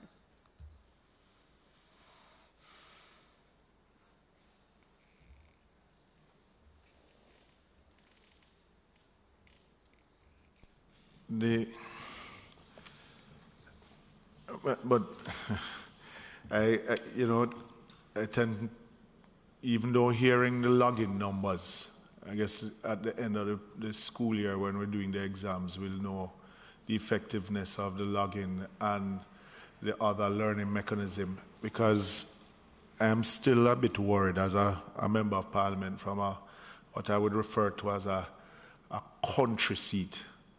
Yeah, where I went into a community last week, and the only internet access that these students have in that community is a library that we have. Unfortunately, when I went there is when I found out that out of the 12 computers that they have there, only 2 working. And that's the only device that those students have in that community.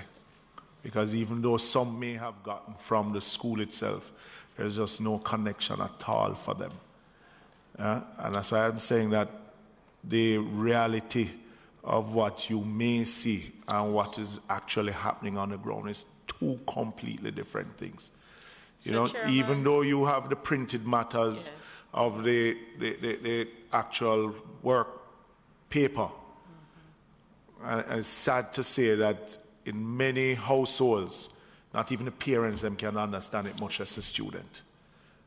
So they get these things, and I understand that you're trying to get back the face-to-face, but I am also worried about those students from Member Morrison's seat, my seat, Westmoreland, who have to take 2 and 3 taxis to get to school, not knowing who it is that they're sitting beside and who is, so it is a situation, we're trying the best effort, but my worry is on the teachers too. So, Chairman, that is why we have now started to go into the communities.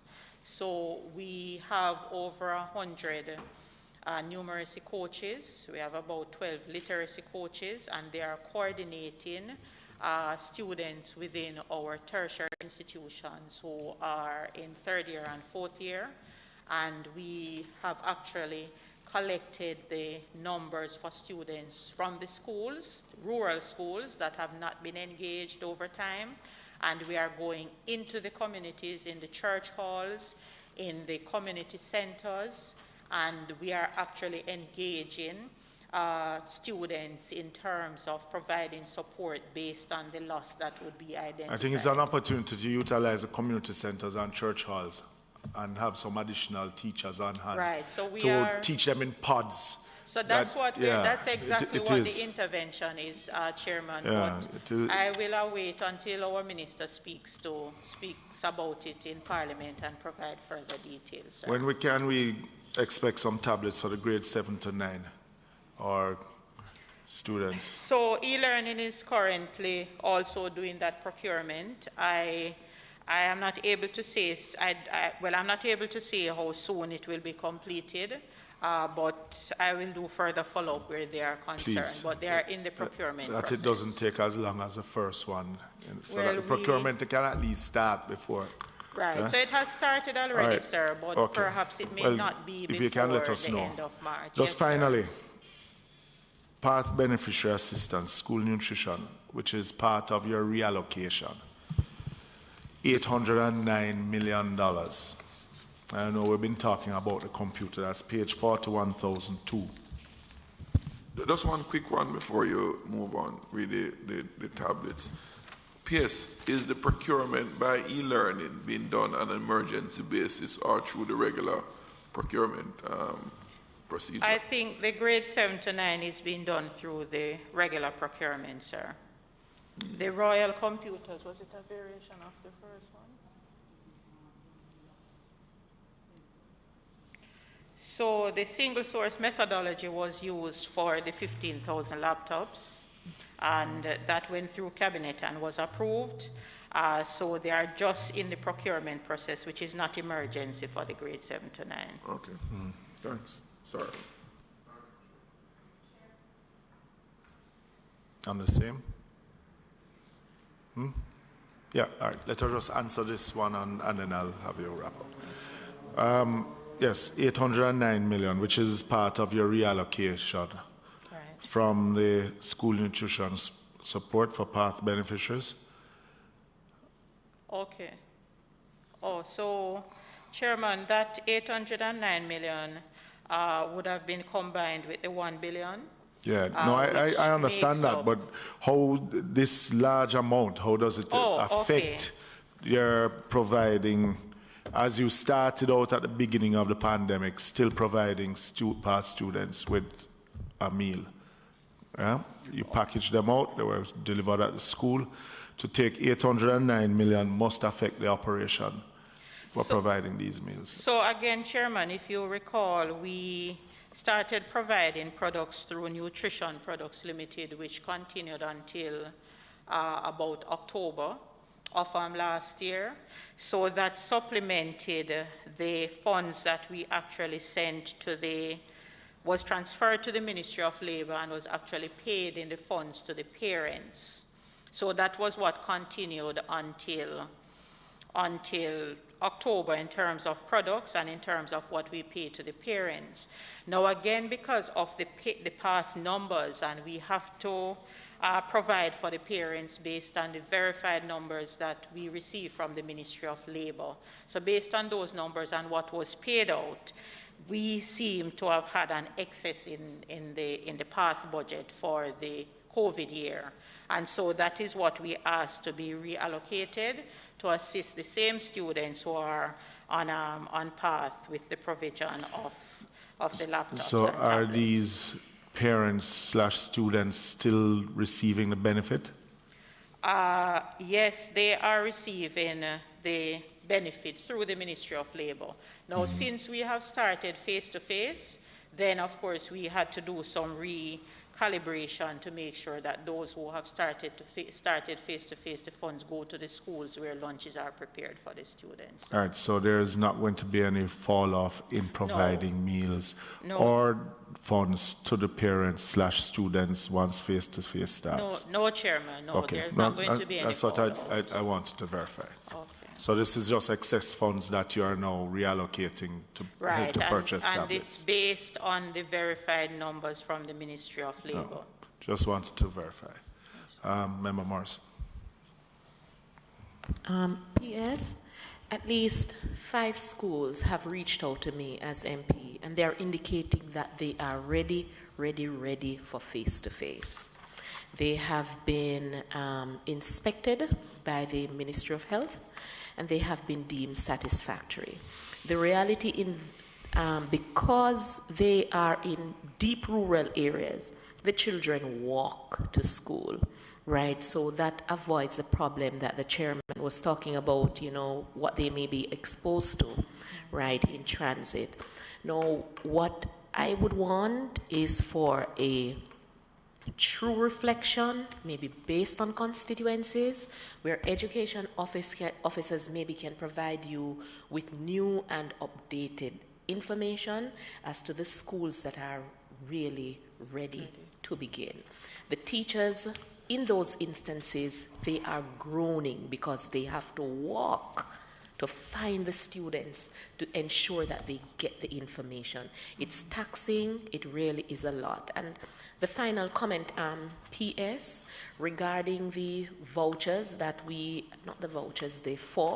250 forms.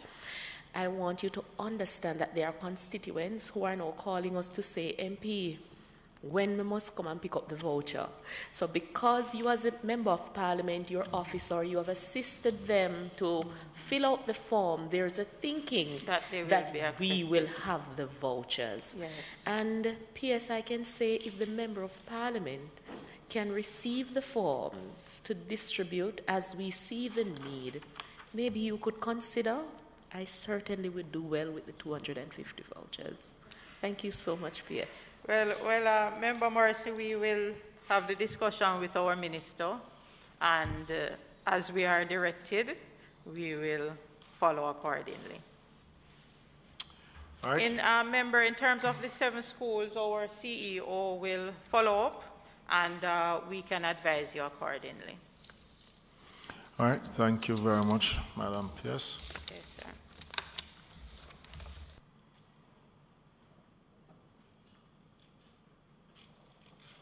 Members, we have Ministry of Health and the Ministry of Agriculture and Office of the Prime Minister and Ministry of Economic Growth left.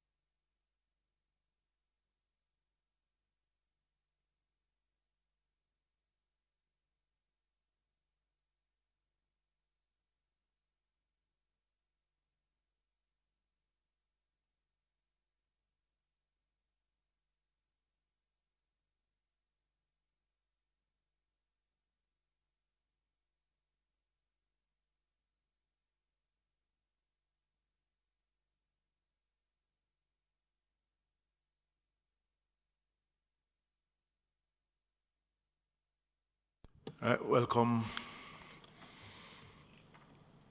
Mr. Bryan. Members, we have Ministry of Health, page 42,000 in your book. Now, Mr. Bryan, only one page. Look small. Well, welcome, Mr. Bryan and your team. Do you have any opening remarks you'd like to make, or you just? Morning, Chairman. Morning, members. No opening comments from the Ministry of Health at this time.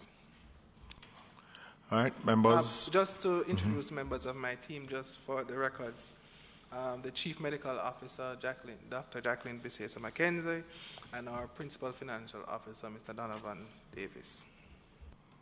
All right, so we're seeing here an increase of 1.299, call it 1.3 billion. Members, are there any questions you would like to pose to the Ministry of Health? Well, Mr. Bryan has been here on previous occasion where we have delved into his financing to deal with the challenges. The $1.2 billion,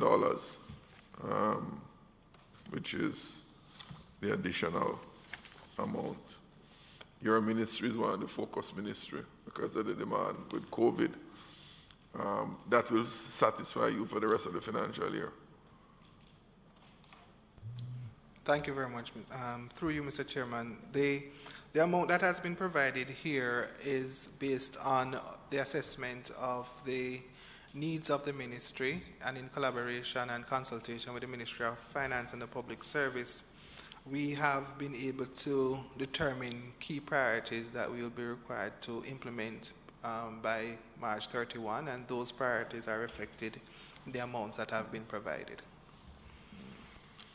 I'd asked the FS earlier on if that $3 billion that the Minister of Finance had mentioned about to deal with the vaccine support, is there any prepayment requirement in that procurement arrangement? Yes, so the prepayment requirement can be found on activity 10668, where the amount that was provided by CARFA, the Caribbean Public Health Authority, through the European Union was documented in the budget under item A.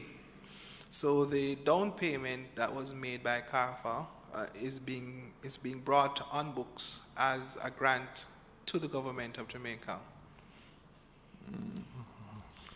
And there's no change in the, is what, 16% of the population is being targeted for vaccination. Is there any change or proposed change in that amount that would have require budgetary support? There's no change in the first phase of the vaccine rollout of 16%, no. How many field hospitals are being considered? So currently we have one field hospital that was donated by the government of the United States. We have two field hospitals that are being constructed, but we are constructing those facilities within the context of the needs, the overall needs of public health. And so they are being constructed in a more permanent structure. Those two facilities are at the St. Joseph Hospital and another facility at the Falmouth Hospital in the West. The third facility that we were contemplating, which would have come from the government of Canada, that facility we are redirecting in terms of the provision of that support for the provision of beds for the public health system in general. Okay, so this 99 million for the field hospital would have been included in your grants? Yes, that's correct. Yeah. But, go ahead, member. Just to back up a little bit, I'm detained a bit by the 16%. Maybe Dr. Mackenzie can help me.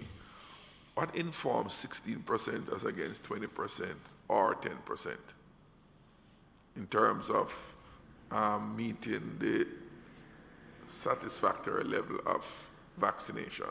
I'll ask the CMO too.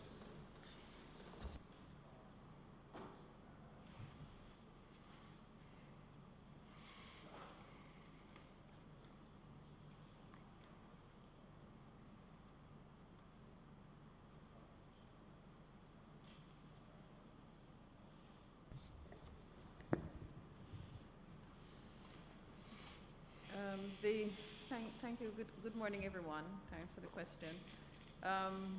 The initial thrust worldwide is to vaccinate the vulnerable populations, and there is a issue of equity in terms of trying to vaccinate the vulnerable populations right across the globe.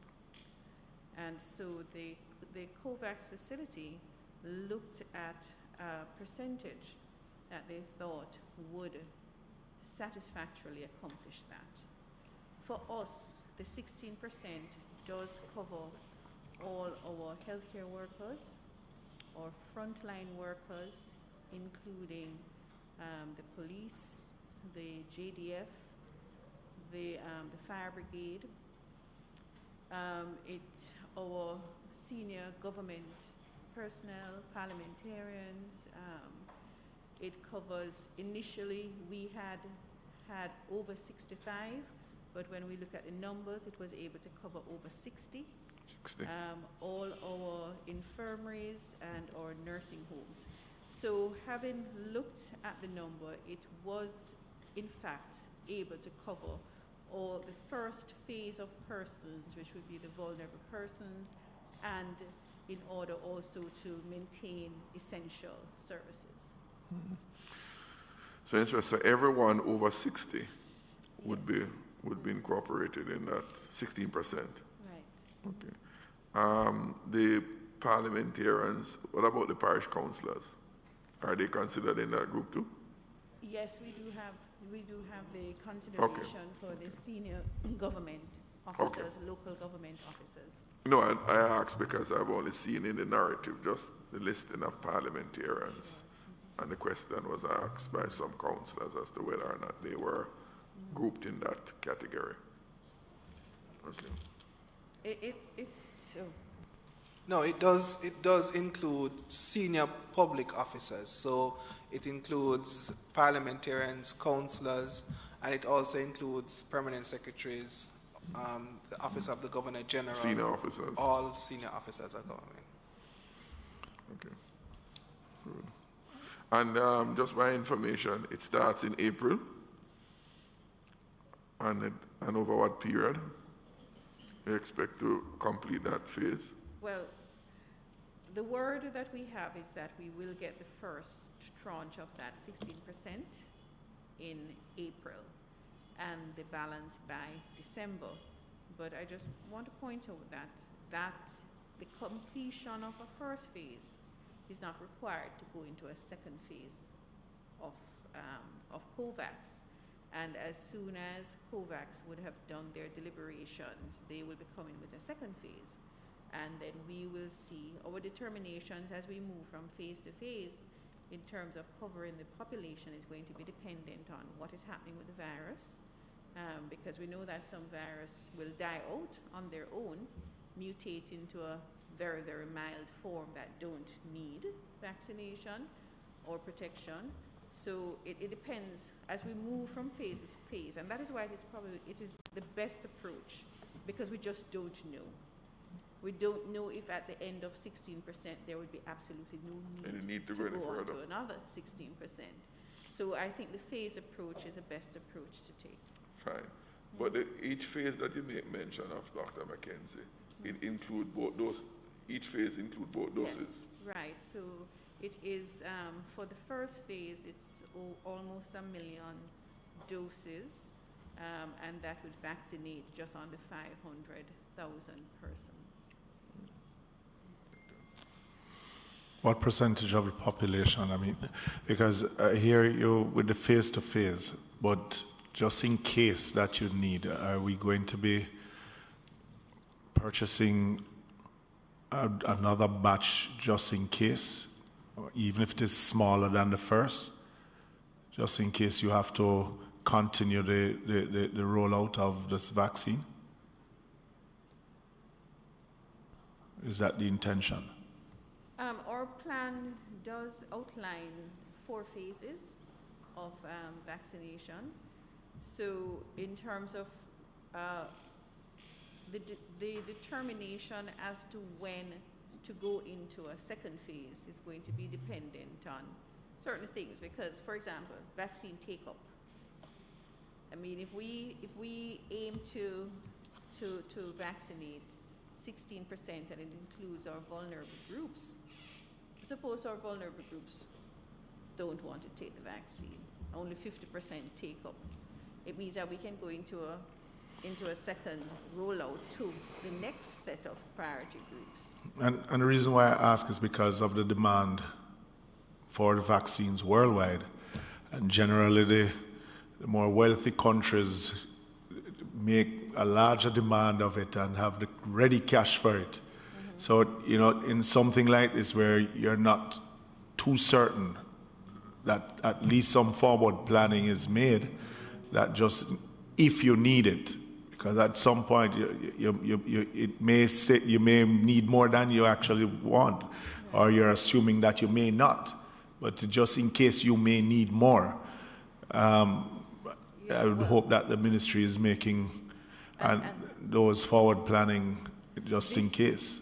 This would be the basis on which we would be exploring procurement outside of COVAX. Okay. So we would have had our initial discussions with the representatives here for China, India, and Cuba to first of all express our interest.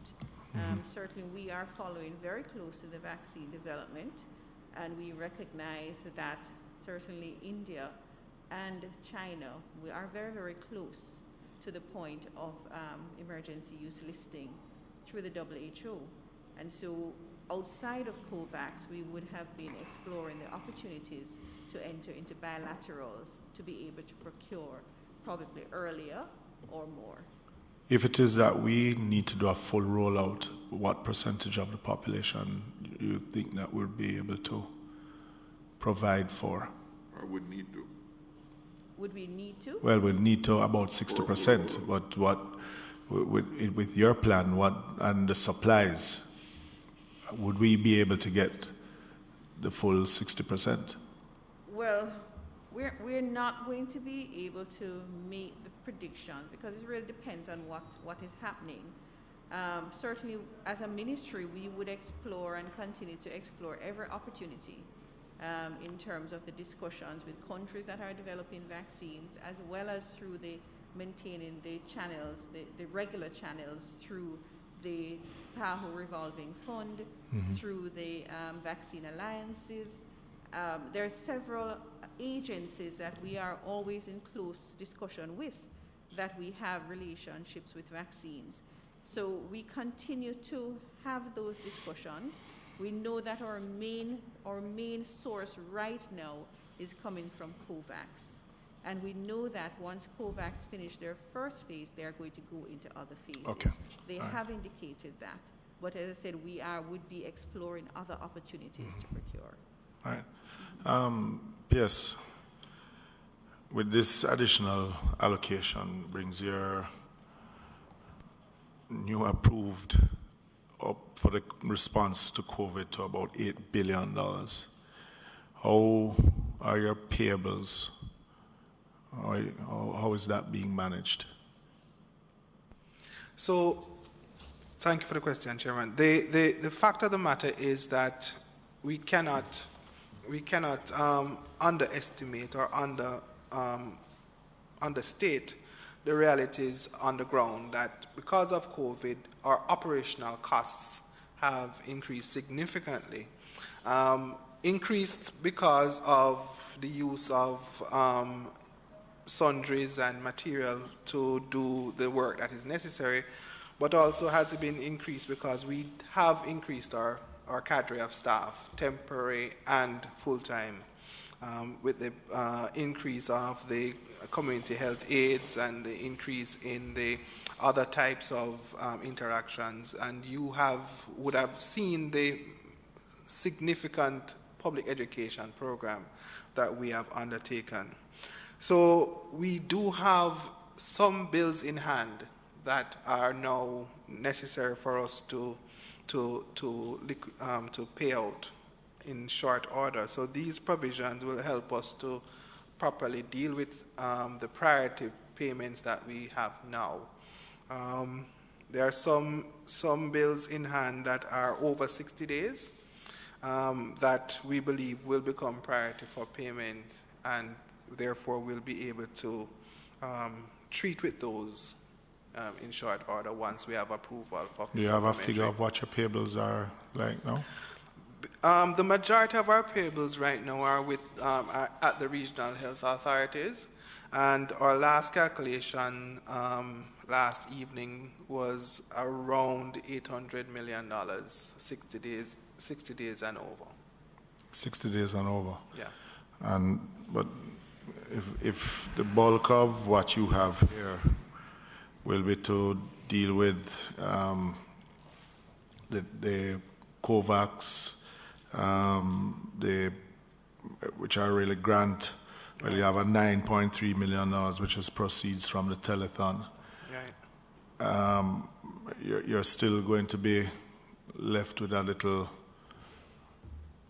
So what we without dealing with the payables. Right. So what we are doing right now is, as I said before, scheduling and prioritizing payments, and we are in consultation with most of our suppliers around the nature of our payables and how we will move forward with them over the next 2 months until we are in the new fiscal year. Okay, well, it is not at a critical stage.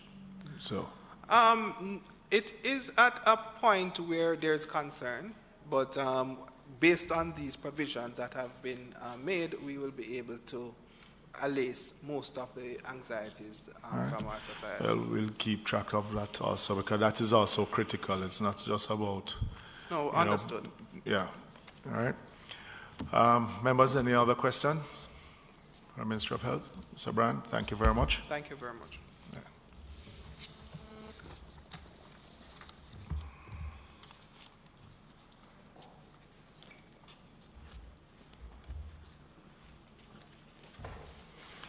Members, Ministry of Agriculture is next, page 51,000.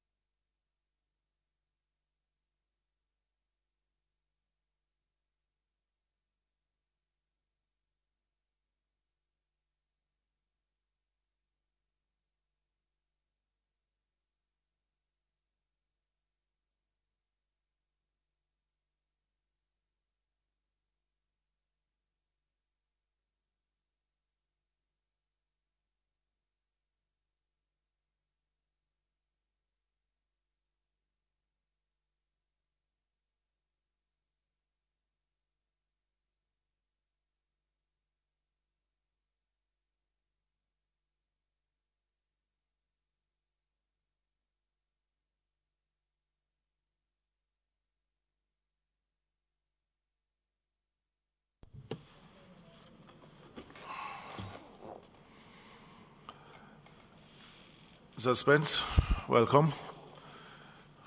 Thank you, sir. Your first visit on us for this year. Happy New Year, sir. Thank you. All right. Do you have any opening remarks? If not, don't feel too pressured, you know. No. Okay. All right. Members, Ministry of Agriculture. Well, your two significant reductions that you have are the Essex Valley Irrigation and Farm Road program. Can you, well, and for me, one that is important, even though negligible, the extension services. There's a slight increase in the production incentive, but you know that every time that you come here, I tell you how important the extension service is, even though you're short in extension officers compared to farmers. And to see, even though I'm a minute reduction, is sort of worrying to me. Why? How comes? Because we know that even with extension officers, before even the end of the month, they can't even travel, much less. Yeah? Well, that's true, Mr. Chairman. But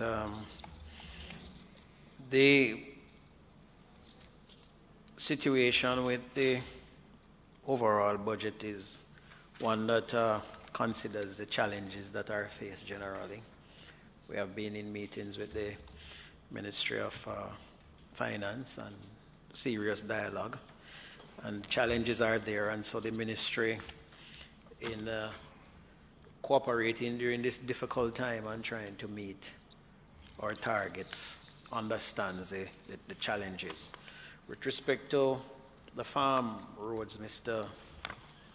Chairman. Yeah, but before you move on, and it's just a great concern, because if agriculture is, as stated by the ministry in their projections, that agriculture will be down. Yeah? And if it is that agriculture is going to be one of the major growth areas to bring back the economy, for me it is, no matter how we're reallocating funds, it is not one area that I think that we should be reallocating less or taking from.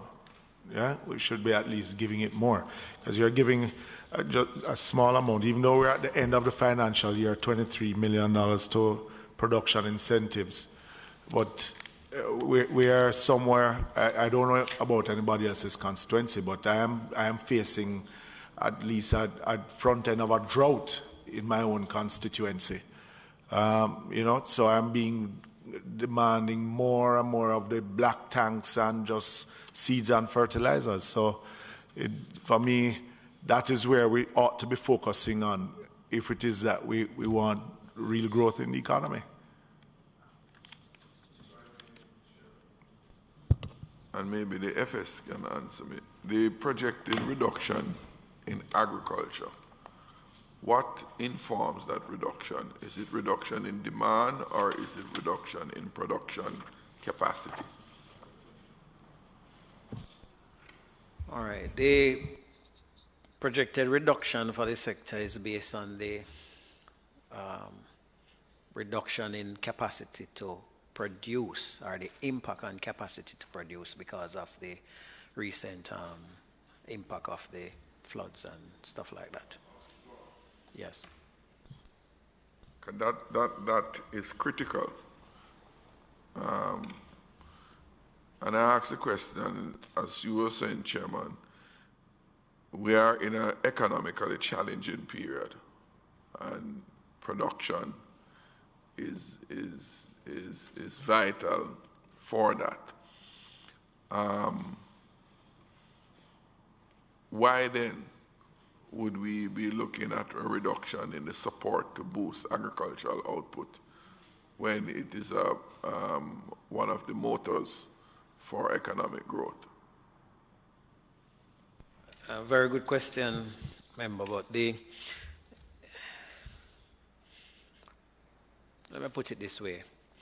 The exigencies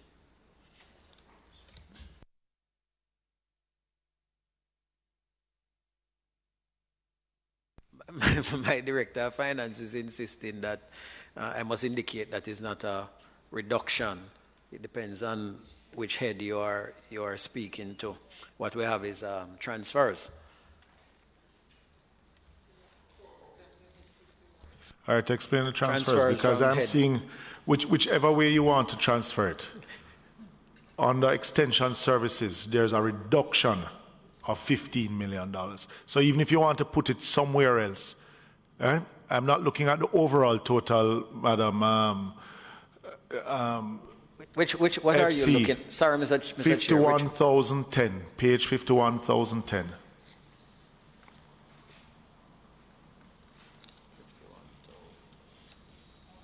Activity 10,164, extension services, savings under expenditure, 15,925,000. 51,000?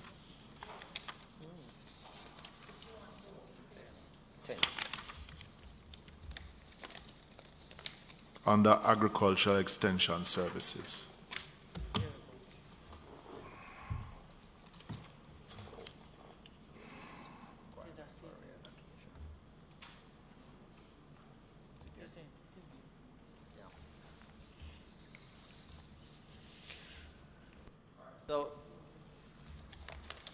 So, Mr. Chairman, it's reflected there as savings. And you are quite right in saying that it represents their minor reduction. But from where we sit, this reduction is not going to impede the effort of the ministry to rebound with production, because while we accept remember now that during the period where we have the extensive flooding and what have you, activities were slowed up, both and the COVID and the impact of COVID too, both in terms of the extensive movement of the extension officers. And so we realized that some of the projections that we have under there for expenditure were a bit reduced.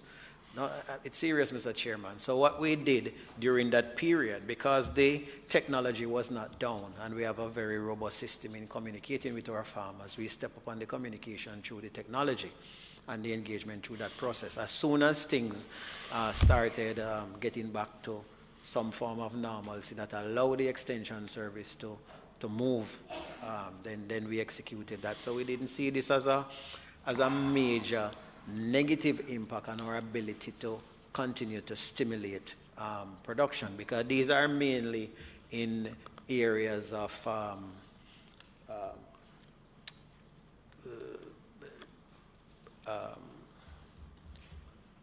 traveling and all that kind of those allowances that directly link to the movement of people. But importantly, Mr. Chairman, the matter of the concern about the sector rebounding. What I can say to you now is really just during the last quarter that we have seen that severe fall off in production, we actually were recording growth up to the period prior to the impact of the rains.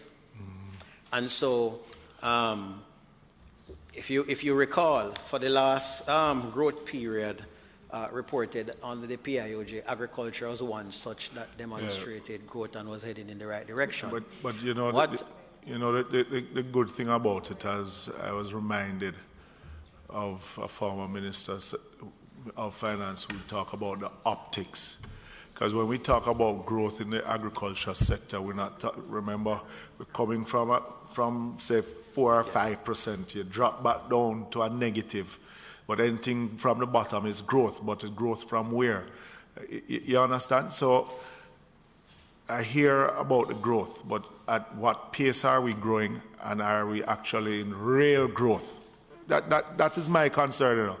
So anything that is not going down and is going up is good for me. But we keep on talking about growth, but when you're coming from growth from a negative coming up, you're still not to the pre-COVID, because of the rains and everything. As I said earlier, in my neck of the woods in Manchester, we are basically experiencing what the farmers term as a drought, because we haven't been getting any rains. So those who try to put in crops after the flooding, now meeting no rain and still losing. Yeah? And that is why, for me, be it that you saved a little where the extension officers were not going out through the rain, and we're under normal circumstances, an extension officer, as you rightfully agreed with me before the end of the month, him traveling done, that we should be doubling up on that now to assist those farmers. And I always say it in here, that you have less extension officers than actual farmers, than what the worldwide numbers are, meaning one extension officer to about 4,000 farmers is what we have here in Jamaica, which is just not, it's not workable. You understand? So when I see, and I'm glad for it, I'm sure that this $23 million that you have gotten in the production incentive is probably money that has already been spent to those that have been given to to MPs late last year. So this is probably money that has already been spent. So I'm just saying that when you see the document here from the Ministry of Finance come to us to say that agriculture is in a decline by 3.2%, and then seeing that this is one of the areas that is going to drive growth in the economy. Yeah? And even though you're at the tail end of the financial year, it gives you cause for concern. Cause for concern. Let me just clarify something, because you have moved on from somewhat the extension service, but it's linked to the last point that you have made. I just checked the details in the document here, which has been pointed out, and the savings of that 15 million for extension services. Really, the explanation, which is contrary to that which I mentioned earlier on, was savings due to the delay in recruitment. My delay was trying to remember that is HR, under the HR activities, the recruitment of people, and some rental, saving from rental of 10, because remember now we didn't hold the agricultural shows. Like I said, the COVID had sort of put those things. There was no DEMBI, there was none of those activities. But that's $4 million in the scheme of things. Yeah, but when you look at it, the overall thing, just to make sure that the record is correct. But it is here, so yeah. Now, these monies, Mr. Chairman, to your point now, were actually reallocated to traveling. Okay. They were actually reallocated. If you look there, you will see, is someone 60? Mm-hmm. Yeah, you will see that those monies were reallocated to traveling, to actually push the process. 21 million. Right. Chairman. So the strategy is heading in a direction that you would like to see. I hope so. But most important, numbers will show eventually. Is it, Chairman, listen, the financial director was emphasizing the point of reallocation. You mentioned the fact is that you have a decline of 3.2% in agriculture. You're only going to have increase when you are producing more. I'm not an economist, but just simple arithmetic. You're going to increase your output when you increase the individual component parts of your production. One of the things that drive production, and that's why we fund it, is the infrastructure.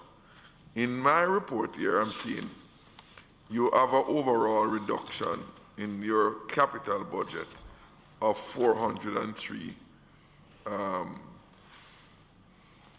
think this should be million and not billion. Mm-hmm.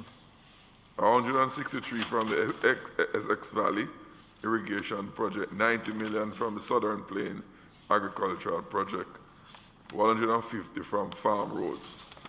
All of those things that we budget for is towards enhancing the output. Output, that's the bottom line. No matter how busy we are doing this, if it's not adding to the bottom line, we're not making real contribution. Is there a reduction in the support to boost the output? And the number is saying, yes, there's a reduction of that amount, as I said. I would want to believe that in this period, when we are under enormous economic strain, all the areas that can enhance our economic performance is what we want to make sure that we fund. Those, because revenues are down in other places, we determine where we prioritize. So I'm a little bit, off when I see this, and I don't know how is it that we're going to be seeking to overcome the shortfall in our productive capacity. All right, so I noted, member, but there is a strategy that lies within, despite the adjustments here. I'll seek to explain the adjustments, how they came about, and then what is the complementary strategy. All right, for Essex Valley, the main issue that we have there were some delays in some components of the project implementation, mainly to do with procurement and designs, project designs that have been plaguing in terms of the procurement process and the execution of the activity. Similarly, there was a slight impact on the projects in terms of execution based on COVID as well as the rains, but I think that the activities have recovered. So what we are seeing there, a reduction of 163 to 338 represents the activities that are lined up and that are being executed. So the 338 that is there will guarantee that those things that were delayed are executed. We continue to work with the Ministry of Finance because this project is one that once the activities are executed, we expect that as we move from one budget year to the other, that we will get the requisite support. So based on the dialogue that we have had, this money that we have reduced by is money that can come back to us based on the commitment as soon as those activities come to fruition. The same will be true for the SPAD. The main hole up there was the procurement of the engineering designs and drain cleaning equipment. And that was 90 million. The other activities have been executed, and so we are at a stage now where those activities, we expect by February, that's the last projection for the engineering designs. I have sat down with the company, engaged the process because there was long delay in back and forth in about, the specifications. And so that's where we are. In terms of the farm road project. Member Witter, you wanted to touch on the Essex. Before you move on the farm road, okay. Member Witter wanted to. As it relates to the Essex Valley, you mentioned that there were delays in the design and some other areas.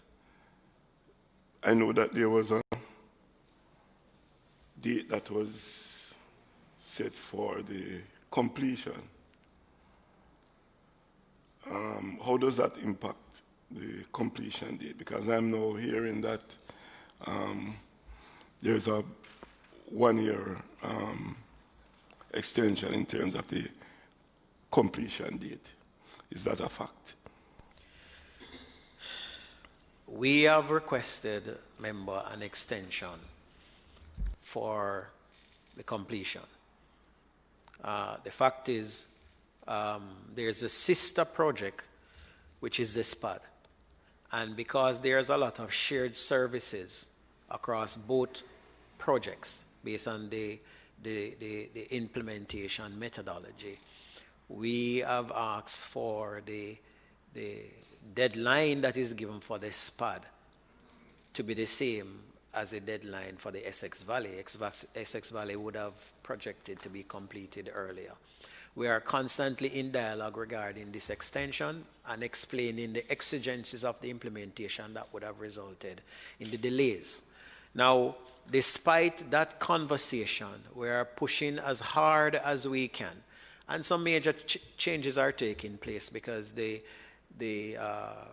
project manager that was there is no longer there, and management intervention has resulted in that kind of activity because we cannot, in some cases, accept the kind of delay in execution of the project that we are experiencing. And so you would have noticed recently that there was an ad in the paper, but we have put an interim manager in place in order to continue the activities seamlessly. So that was a very serious intervention in terms of demonstrating the fact that the ministry need the project to be implemented with alacrity. And so I expect that we will recover. This design represents a significant, the biggest component of the expenditure in the project will come with the completion of the design, because that is the massive layout of the engineering, the pipes, the infrastructure, all of that. And so once we have overcome the hurdle of getting the engineering design sorted out, then you will see expenditure moving at a rapid pace. So my expectation is that with these changes, management and otherwise, that we have made, that we will see some demonstration of the experience that is required, and hopefully we'll be able to be at a place where we get some acceptance, at least congruence or response to equating the project deadlines. Yeah, so what is the time that you have sought in relation to the extension?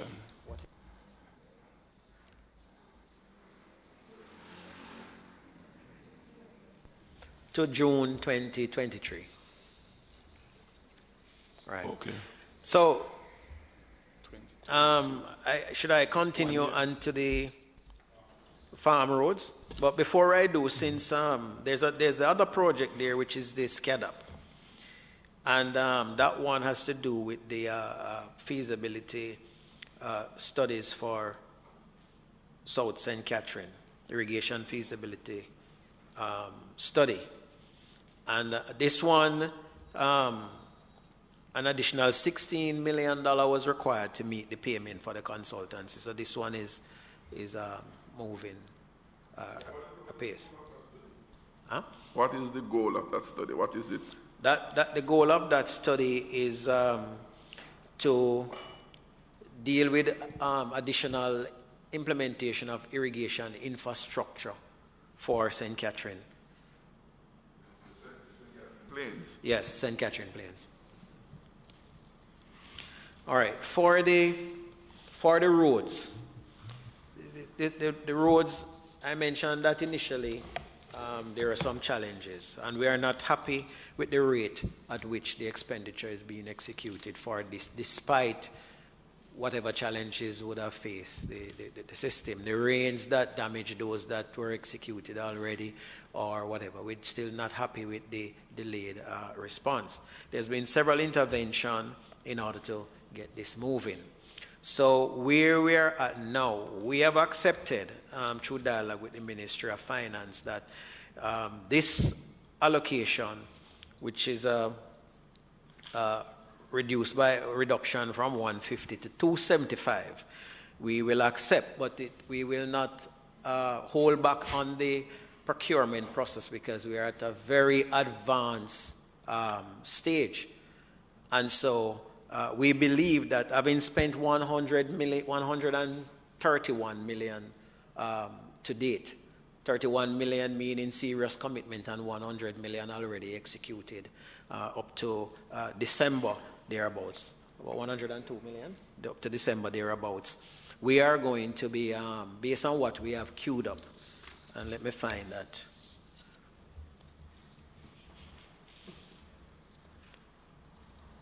Yeah, works in progress. We have that valued at 143, and payment outstanding for works completed at some 31 million, and we have already spent 100 million. So we are going to be executing that. But those contracts... Go back through those numbers for me, please. All right. Expenditure to date. Work in progress, 143. Yeah, value of works in progress. Yeah. 143. Yeah. And the payables. Yeah, payment outstanding for works is 31. 131 or 31? 31,893,774. So 32 million. Right. And the expenditure to date is 100 million. So that brings us back to the 275. But your budget has been from the first supplementary being cut. Yeah, your original budget was what, 750? 1.2 billion. 1.2. Yes. How many? So outside of the working, you are at the procurement stage for some additional, because we keep haggling about this master list that you have, and within this work in progress 143, does this include any rehabilitation to some of those roads that have been done and damaged during the flood rains? Yeah, we had produced a report when we appeared some time ago indicating that we had done an assessment. No, an assessment and work is two different things. Of the level of damage by the rains, and that we were treating those roads as a priority. And remind us of that assessment.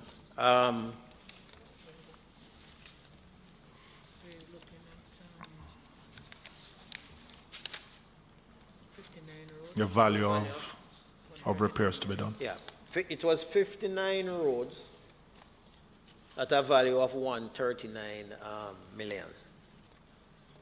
And they were broken out across the different 139 million. Right. All right, so how many of those have you started repairs to? Or you haven't started touching those as yet? I have a summary report. I don't have the breakout for these that we are talking about. But those roads were being treated with. So that would be in the 143 then? Yes. Yeah? Yes. Not all, but some? Not all, but some. Yeah.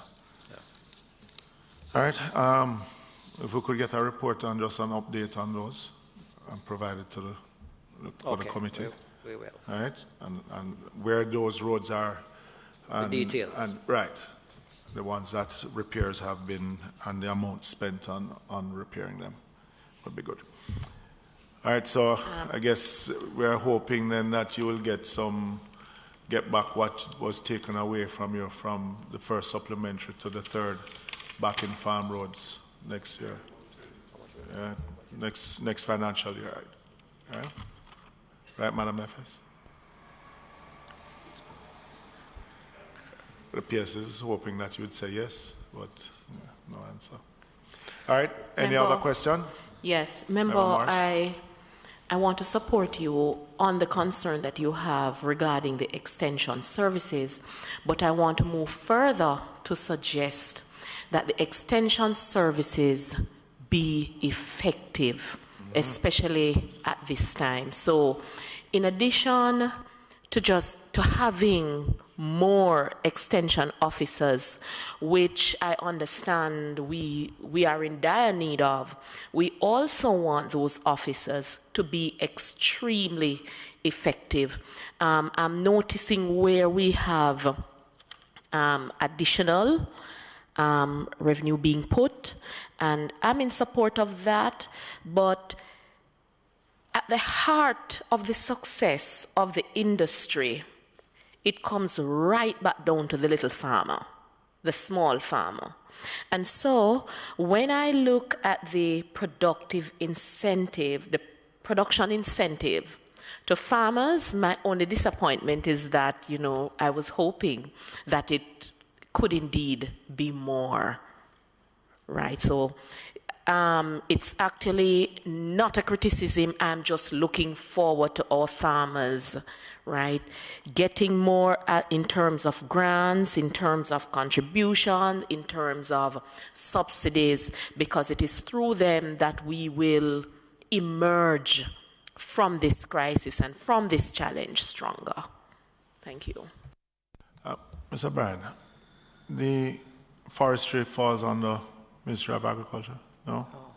No. It's environment? Yes. Okay. All right. I'll just add one comment in relationship, because there's a serious concern that has been expressed about growth in the sector, and what you have just indicated there, member, to the heart of it. Separate and apart from the production incentive budget, members may recall that the Ministry of Finance had given on the COVID response about $1 billion. That money is being used to provide some of the serious input support to farmers and fisherfolk that you're talking about, and providing support, infrastructure and resources for them that is aiding in the quick recovery that we are seeing in the sector. There was also a buyback program, which the intent behind it is to minimize the impact of the fallout in the markets, especially the tourism market, and that has gone down very well. That is what enables the farmers to have gone back into production so quickly and kept them motivated.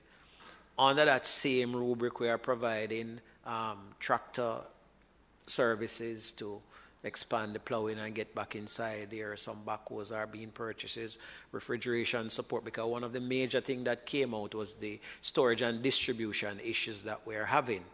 And so despite the challenges and the changes that we're seeing in the budget, there's still energy and support that is going in, especially under the COVID framework, to really get things going again. And so we are seeing a quick rebound. We have gotten a lot of support from the private sector by way of grants, and so we have gotten fertilizer, we have gotten chickens, we have gotten feed, and so they too have supported the push to get farmers back into production. There's a lot of contracts that came to new, fruition as a result of things like the chicken program, where small farmers' fridge were overflowing with birds that they had slaughtered, and the link with distributors that we made. The distributors took all the chicken, the farmers were able to get back into production, and so things are moving. Our projection is that we are going to have growth, albeit not at the rate at which we had it prior to the disaster that And the growth is good growth.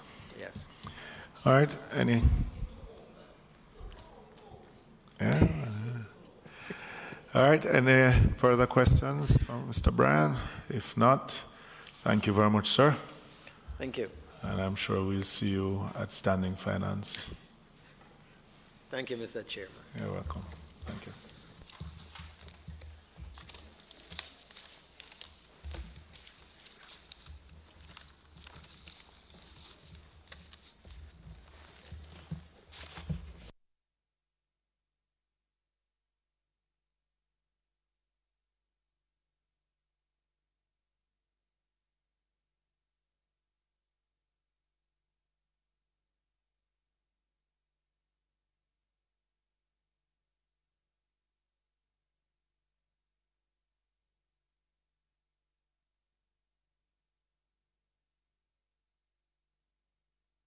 Members, we have Office of the Prime Minister and Ministry of Economic Growth, Job Creation.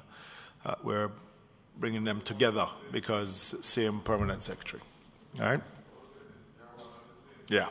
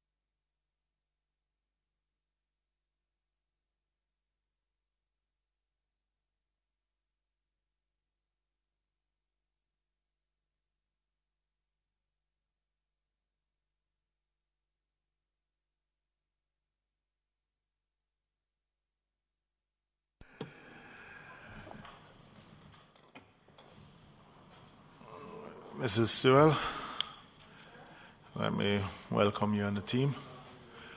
And let me apologize for the long wait, but we'll get through quickly. Yeah. We'll get through quickly. Do you have any opening remarks that you would like to? No? All right. Members, you have viewed the supplementary budget. Any questions of Office of the Prime Minister, and then we move on to economic growth.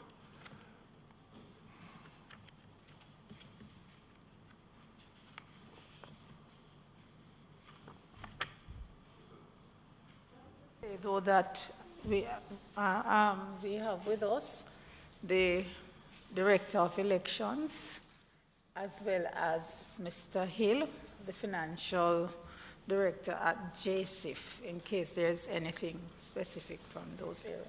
Anybody else is there from any? Nobody from Chase is there? And a representative is also here from Chase. Oh, okay. Thank you. Go ahead.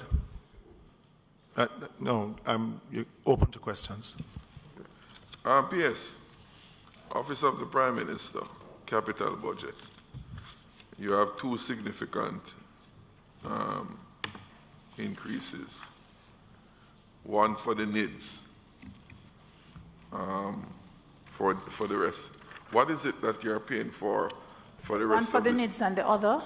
The other on the poverty reduction. Oh, that's JSIF. Mr. Hill will take that one. For the NIDS, we did not get the full amount in the budget originally, and we have some what we call PKIs, the maintenance cost for phase 1 of the PBS contract. So they have provided some equipment for RGD, and that the digital birth certificate system, and they're upgrading the e-learning system, and so the funds are required to pay for those. For this, so upgrading at RGD and e-learning. Yes, and e-learning. E-learning. So for e-learning, they're doing some electrical backup system to upgrading their capabilities. So. But how would that fall under NIDS? Yeah, I was curious. Because it's the non-NIDS component. Remember, we had put the NIDS component with the court ruling. We had put that component on hold. But like the infrastructure works to facilitate implementation, and those that would be done anyway, while the court case was going on, we continued with Cabinet's permission to continue those upgrades. No, but NIDS, I understand it, PS. NIDS, RGD and e-learning are separate headings. And you are doing upgrading in to respect facilitate the implementation, the rollout of the NIDS. So remember now that the NIDS project has various components. Yeah. For example, we have to look at the organizational arrangement to facilitate NIDS. So we're looking at a new organizational arrangement, NERA. We're looking also at, we have to look at, because NIDS is being treated at this particular time as a project under the Office of the Prime Minister. So it has overall responsibility. So we have a project team that is responsible for the different components of NIDS. But that's not a little bit. No. Some of the components require. No. Before you go on, please. Yes. You are going into NIDS, right? But at the same time, these expenditures are for these entities. So when you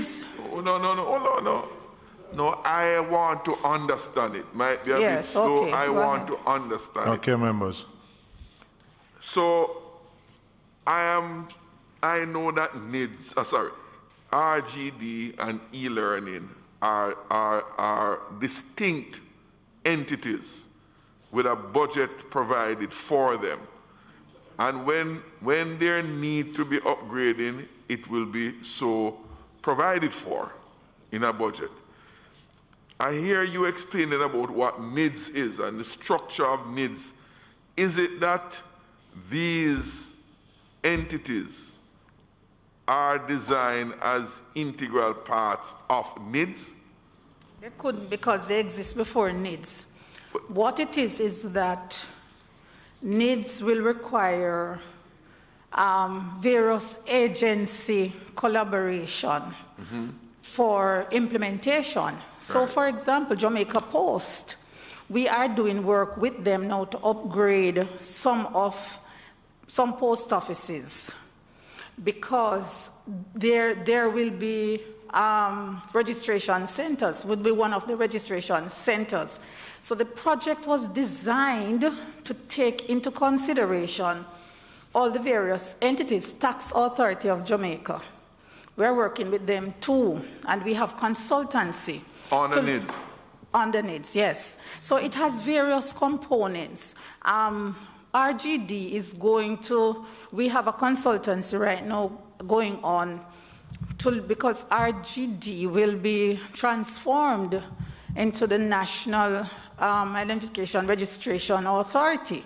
And we currently have a consultancy looking at that.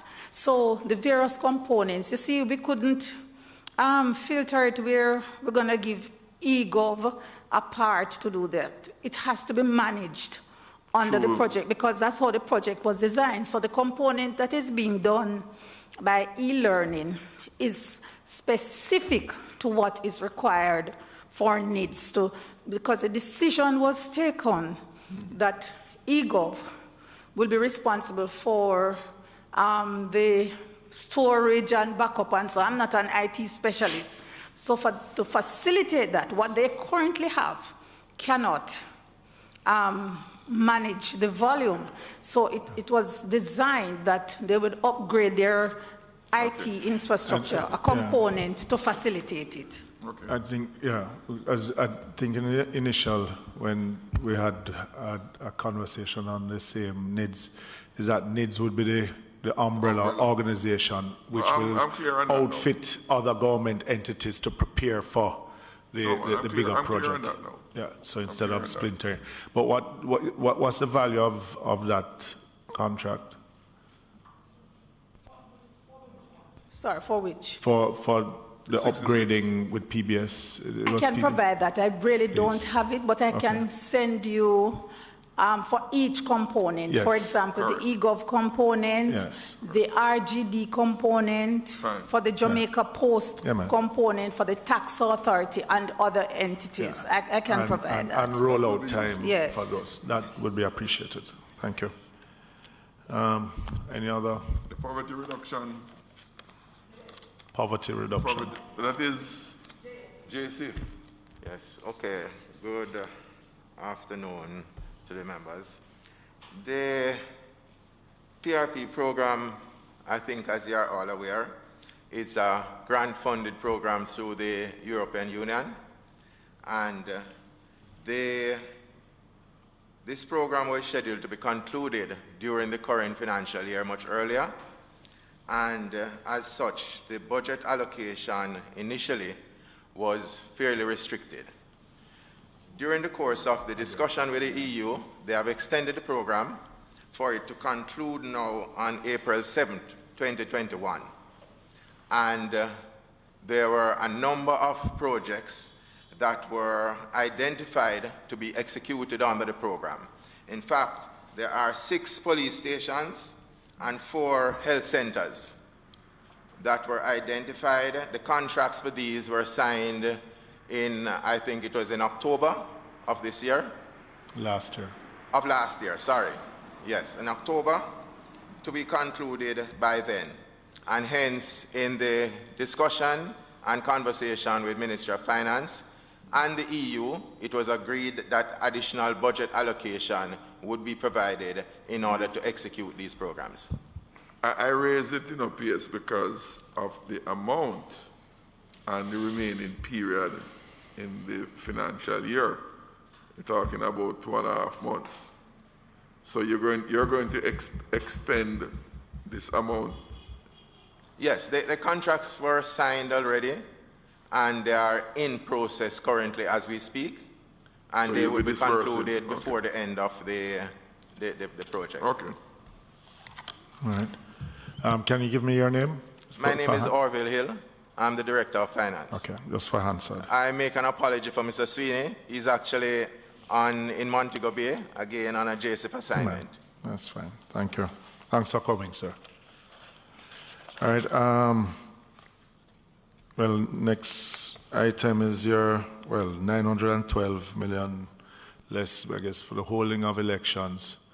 So my question to the director is, have all bills been paid from the general elections?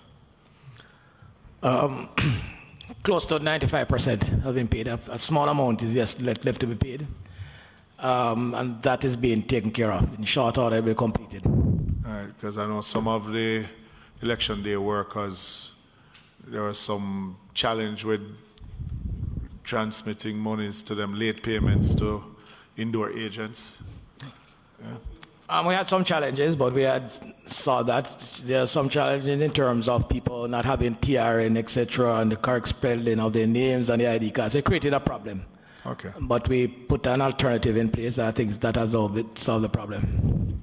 All right. So this 912 will not affect your operations any at all? No, I think that 912 was geared towards the local government election, and that has now been postponed beyond this current financial year. Okay. All right. Thank you. All right, Madam. To economic growth.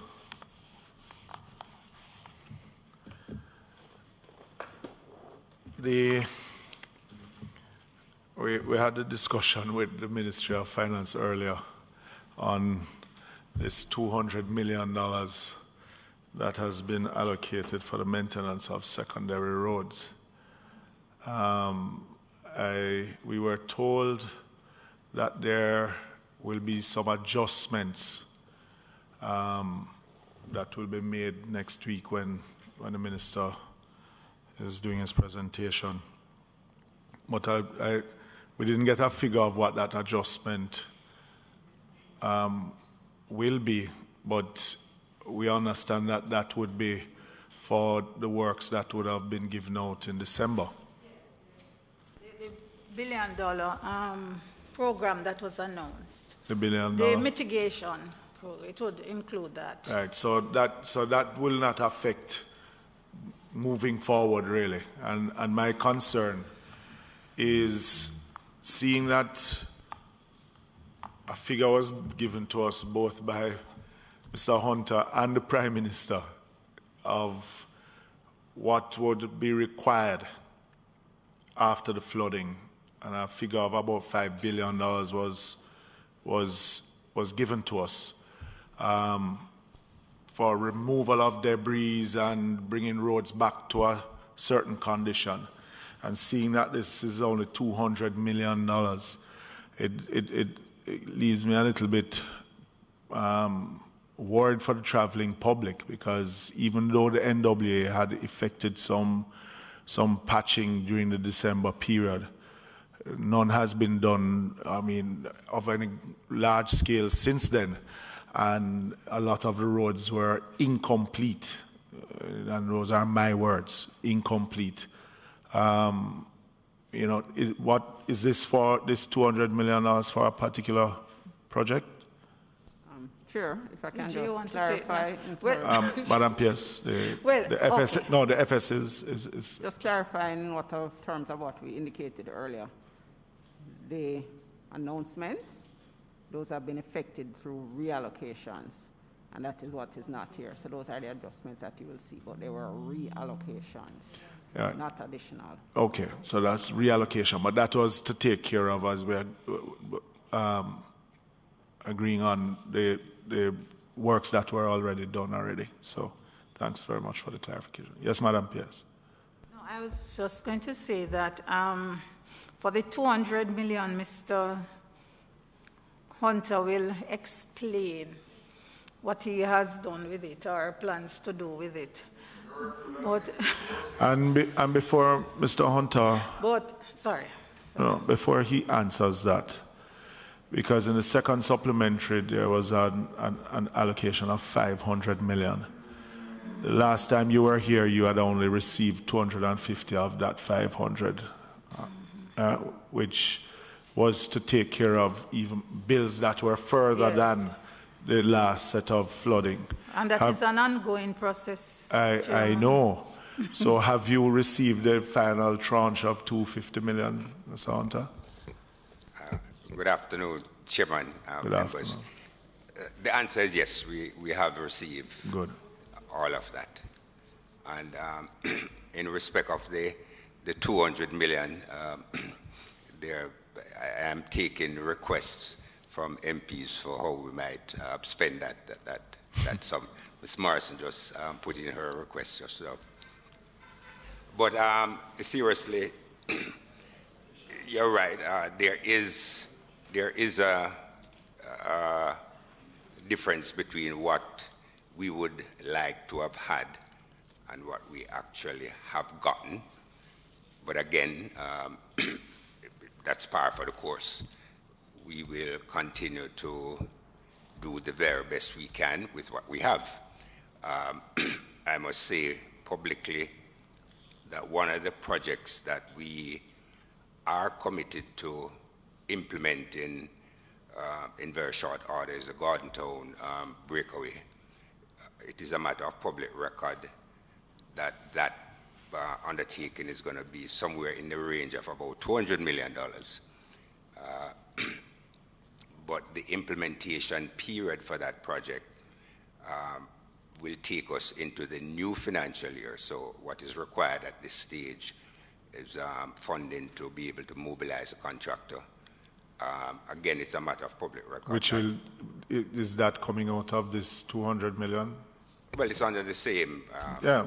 Same pot. Okay. But the totality of that contract would not be required for in now. this financial year, which is mobilize a contractor and get the work going, because it goes without saying that project or that undertaking is something that is really, really crucial at this stage. So we'll do that.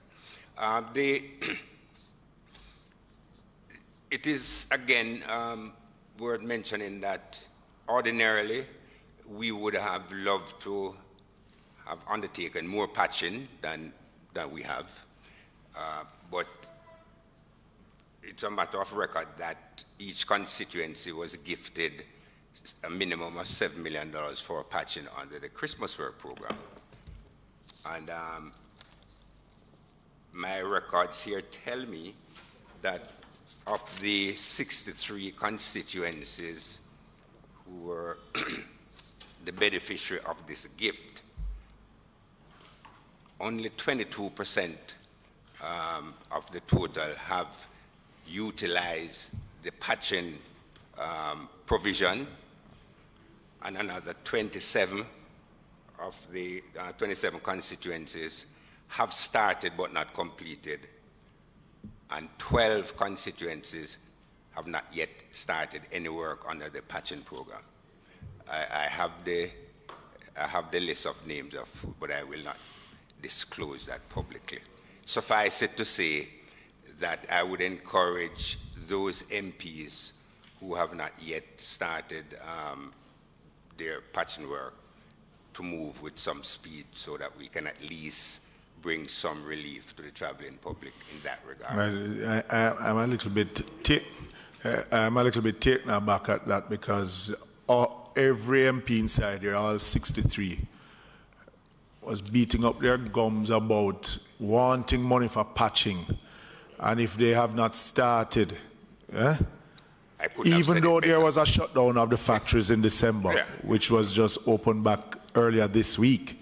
But, and I know that they have been given until, before the end of the financial year to complete. But the traveling public should not suffer for their tardiness of not implementing.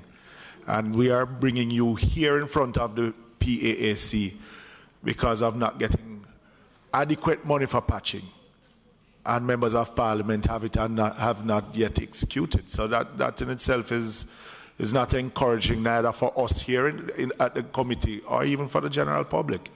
So I join you to implore those members of parliament to get on it forthwith, because even though you mentioned that the members of parliament, that's only $441 million out of a $5 billion budget that you had.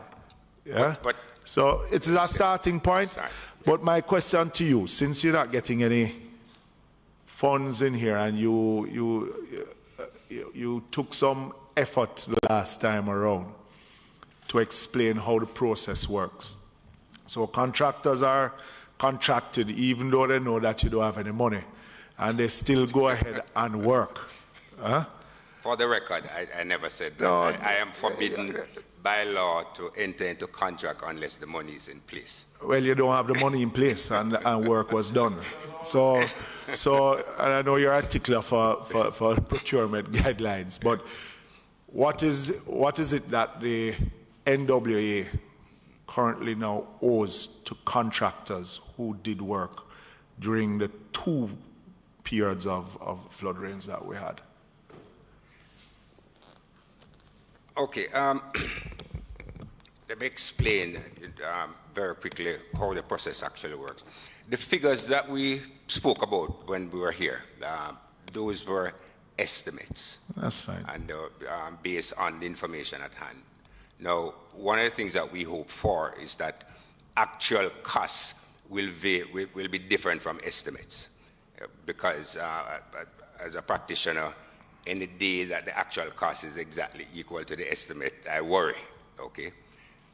So at the end of the day, one expects that the actual expenditure will be less than the estimate. So that's the first thing. The second thing is the rate at which work is done. An estimate presumes that if everything is done all at once, you're going to have a $5 billion bill. In reality, it doesn't work that way, because you would then have to schedule the work.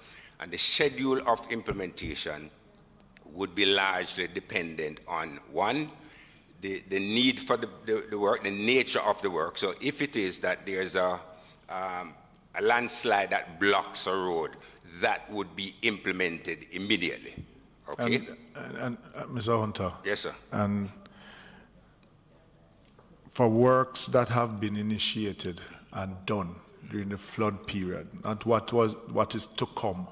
Oh, okay. So that is the figure that I'm asking, what is owed to contractors for those works, those blockages that were removed, those roads that you had to put some marl on to get them in driving condition, just like you from Nain to Gazeland is a dust patch. So those areas that you had to do work, effect some work immediately from the flooding, where contractors went out there. I understand. Good. Yeah, I understand. But what I'm trying to explain is that we have to make a judgment call between the need to do work and the ability to pay. Because at the end of the day, if work is done and contractors are owed, I can't leave my office. When I come downstairs, I'm surrounded. So self-interest dictates that I try and find an equitable balance between the need to do work. And the fact is, if you drive around, you will see that the need to do work still exists. So we haven't gone out with gay abandon to do work in an environment, ignorant of the fiscal constraints. The reality, Chairman, and let me say candidly, My understanding is that based on the fiscal situation and the overriding need for the state to fund the COVID undertaking, other parts of government has to adjust their appetites and their endeavors to fit. The Minister of Finance has been very explicit, certainly in the dialogue I've had with them, in terms of us not being cavalier in our execution to the point where it is going to compromise the carefully constructed fiscal edifice that the Ministry of Finance has. So what we have done, certainly, and so was what I was trying to explain, that the first item that we would respond to is to clear roads. And how much is owed for clearing the roads? That's what I'm still trying to get from you. I'm coming to that, but I just want you to understand the construct. So remember now, we initially had a provision in the budget for road clearance. We then added 500 million to that. So with a little juggling, we were able to do most of the road clearance. My latest figure tells me that we would have outstanding bills probably in the range of about $80 to $100 million for clearance of road. Now, that would represent what we would have accumulated since September of last year, and as recent as incidences in Montego Bay in the last couple of weeks, where, again, as I said before, the modus operandi in such circumstances is to go and clear the roads and clear the blockages and so on. And we will pay those bills as they come due. With what there funds? is usually a lag time. With what funds? With what funds? Coming to that. There is usually a lag time between when the work is done and when the bills actually come in.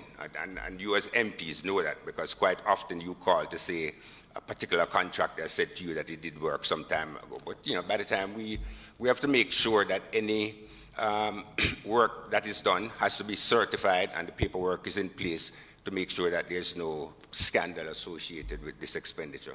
So we estimate that it's about $100 million that would be required to satisfy that account based on what we have.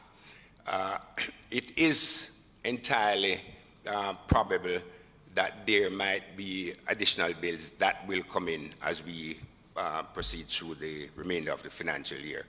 And to answer your question, where is that going to be paid for?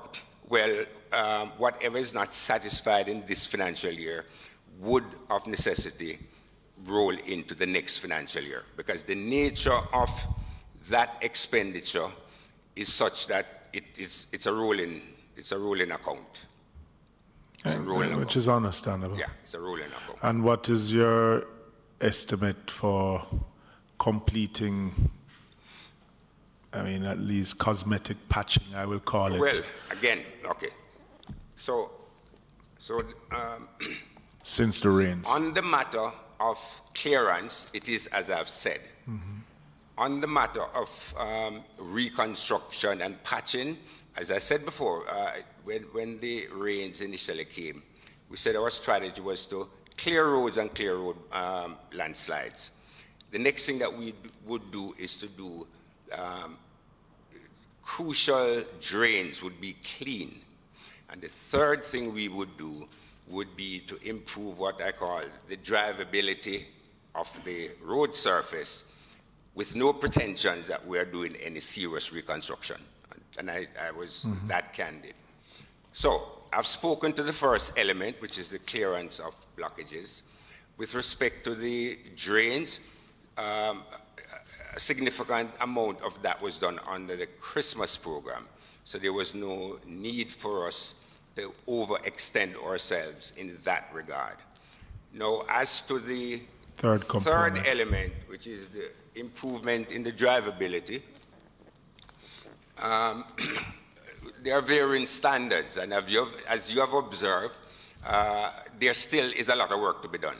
Again, we have been very, very cautious in not going out and doing patching to the extent that would necessarily be satisfactory to the driving public, but would pose great financial challenge.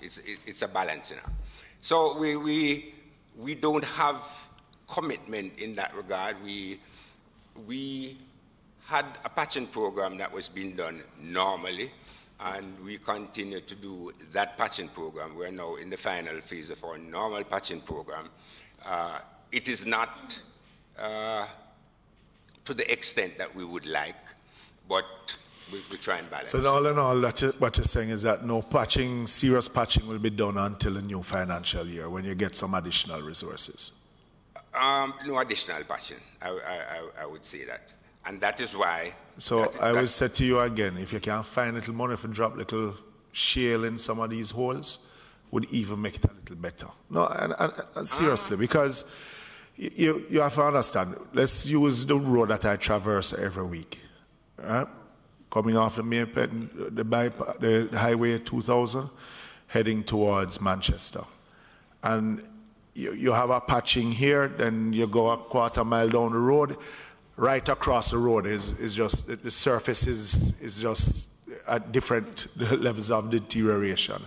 And it must be a danger to the traveling public, especially persons who may not drive the road regularly.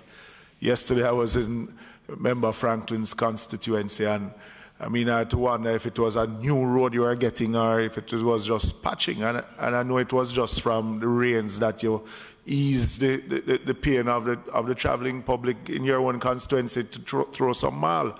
So, and it is an issue just right across the country. I know the budgetary constraints, but we can't say to the general public that, look, because if the Prime Minister had the money, he would stand up inside of Parliament and announce how much roads he would have patched and how much has not been patched. Now that we're not able to patch them, we could try just ease the pain a little bit, Madam PS, if we can get a little something more to just do that. Are you referring to the recent program, the December program? Well, the December program is a drop in the bucket for my constituency. Okay. So outside of that program, the NWA did a patching program themselves in December, but it was incomplete to what the damages on the roads were. And I don't expect them to bring it back to, fully paved as some were, but at least to stem some of what is happening on the general roadways. So when I saw $200 million here for the rest of even though for the rest of the financial year, there's a cry out there by the general public of wanting to see a little more done, even though they know that it can't be done the way that we would want it to. But there's a general cry out there for at least a patching program, especially on your what we would call A1 roads. And Chairman, that your sentiments, are on very fertile ground here. We will continue. We will continue to do the very best we can. In fact, if you notice, for example, on the Junction Road leading, want to go to St. Mary, not Junction, St. Elizabeth, we have been doing significant patching. I think we're spending about $30 million on that corridor simply because of the state that it was in. The reality is that we make strategic decisions in terms of where the intervention will be made given the money that we have and the time frame in which we can do this, knowing that the new financial year is 2.5 months away. So it's a judgment call. But we're open. We're open to requests being made. We are not averse to advocacy, and to the extent that we can meet each other, you know, not halfway, but maybe three-quarter way, we will continue. But we take your point. We take your point that more needs to be done. No, it is. Just so the draft, yes. Yes, member. You know, as Mr. Hunter mentioned about the Junction Road, and I am relieved that there is no additional request for the completion of the Junction Road. My only question, are you on track for completion with the budgeted sums? Oh, you're talking about the Capital Junction. Yes, yes. But no, we're talking about that not within the project zone. No, man, in the project. Yeah. The project, yeah. We're on. You're on track? Yeah. Oh, boy. Yeah. He's living up to his word. Remember, he swear the last time, you know, he won't be coming back for any more money to complete the junction. Mr. Downer will confirm that we call in the contractor. When is it I met with him? Monday of this week. And I explained to him how unfair life is. Because the work has been done by a private sector contractor. Our end of the bargain is to pay him, and we have. His end of the bargain is to do the work.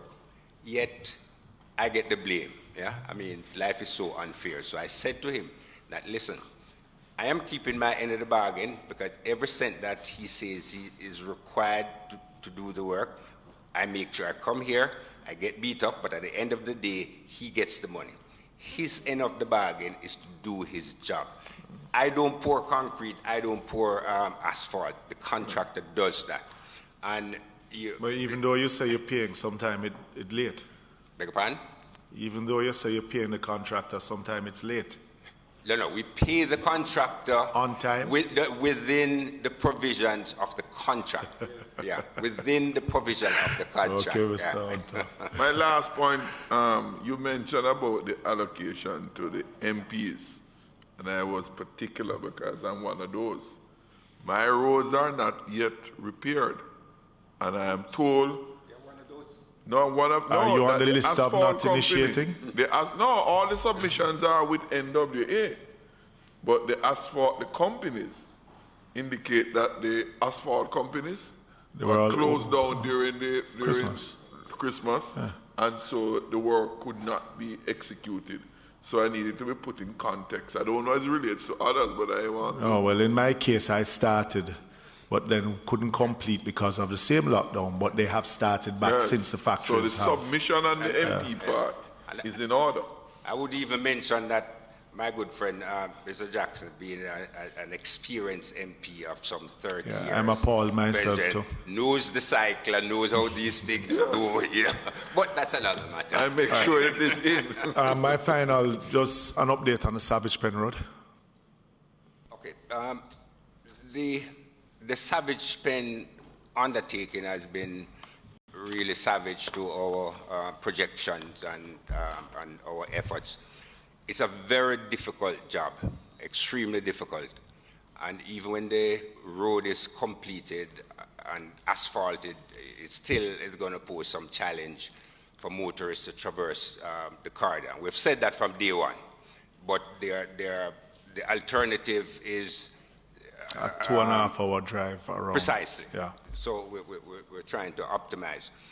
We are on schedule to complete what we're doing, the end of the month.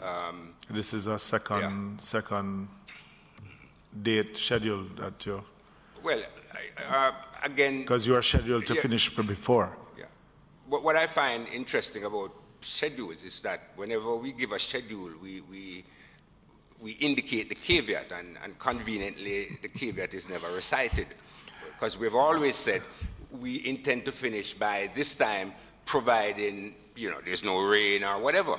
I mean, all right, in fact, I would like to take you on a tour, Chairman, so you can see what we have done, and then based on what you see, then fair judgment would then follow from that. I know the area quite well, but all right, so you're expected to finish it by the end of this month. Yeah. And you have now awarded a contract for the breakaway. Okay, that contract went to Cabinet on PS, am I allowed to say it was approved by Cabinet on Monday? Yeah. And so the contractor is in the process now of getting his insurance and bonds. Yeah. So we would and hope that he'll start in another 2 weeks.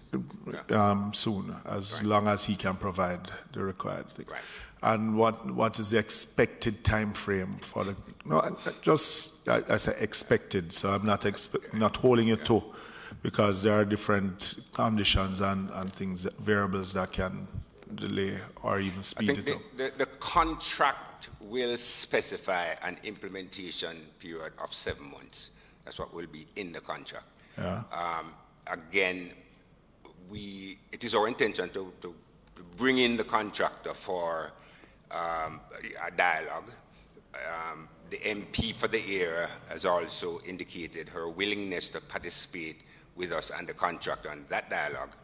And one of the things that the government has asked for is a contractor performance matrix that at the Public Procurement Commission we're working on, and I've indicated that we want to use that contract as a pilot for it, where we agree with the contractor the 4 or 5 things that we're going to use to measure his performance. So what you're really saying is that the residents that have to traverse that roadway will have to bear with the Savage Pen Road for at least another 8 months, 7 to 8 months. Now, what safety precautions, seeing that it is not a road that every vehicle can use, meaning that Savage Pen Road, and seeing the steepness of it, are you putting in? So the signs will be put in, and we will be reinforcing the corridor with a number of retaining walls, just to improve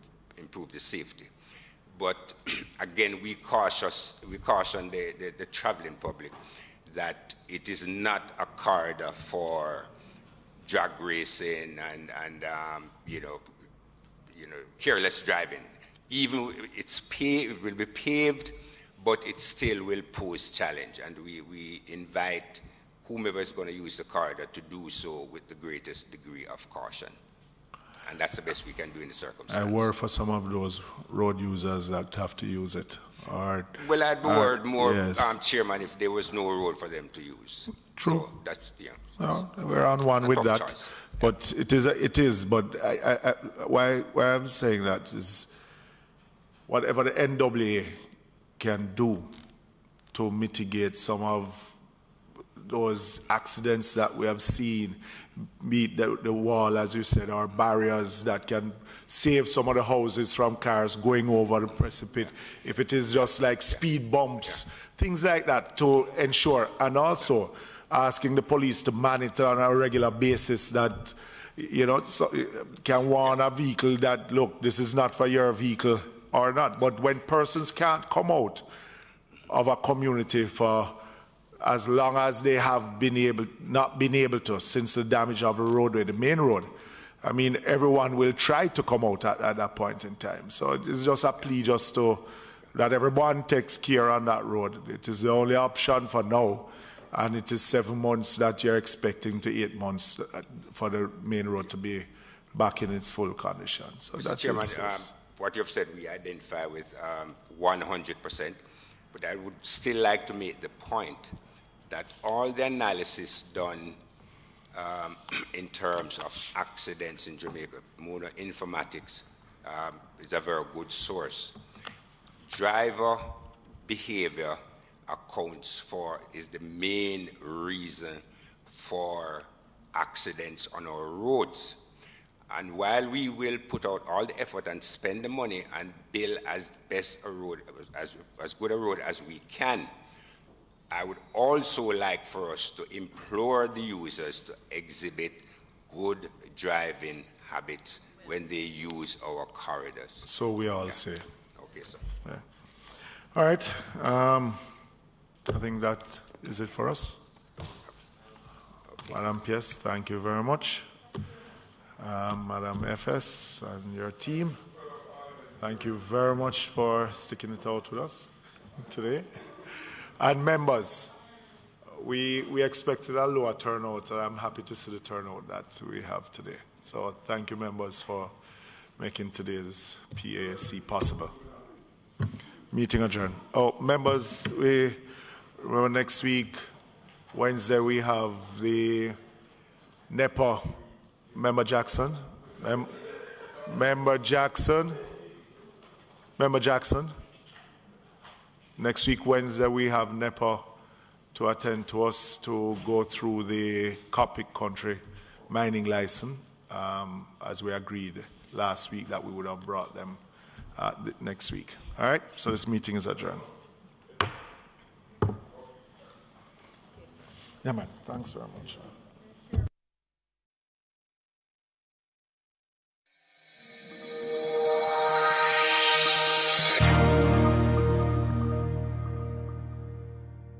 Healthcare workers are working very hard to ensure lives are saved and people recover quickly from COVID-19. But their work is becoming harder because you're not wearing your mask, washing your hands with soap and water, or using hand sanitizer, and you are not maintaining physical distance. Let's limit the need for hospital beds and ventilators. Do the right thing. Cover your nose and mouth with a mask.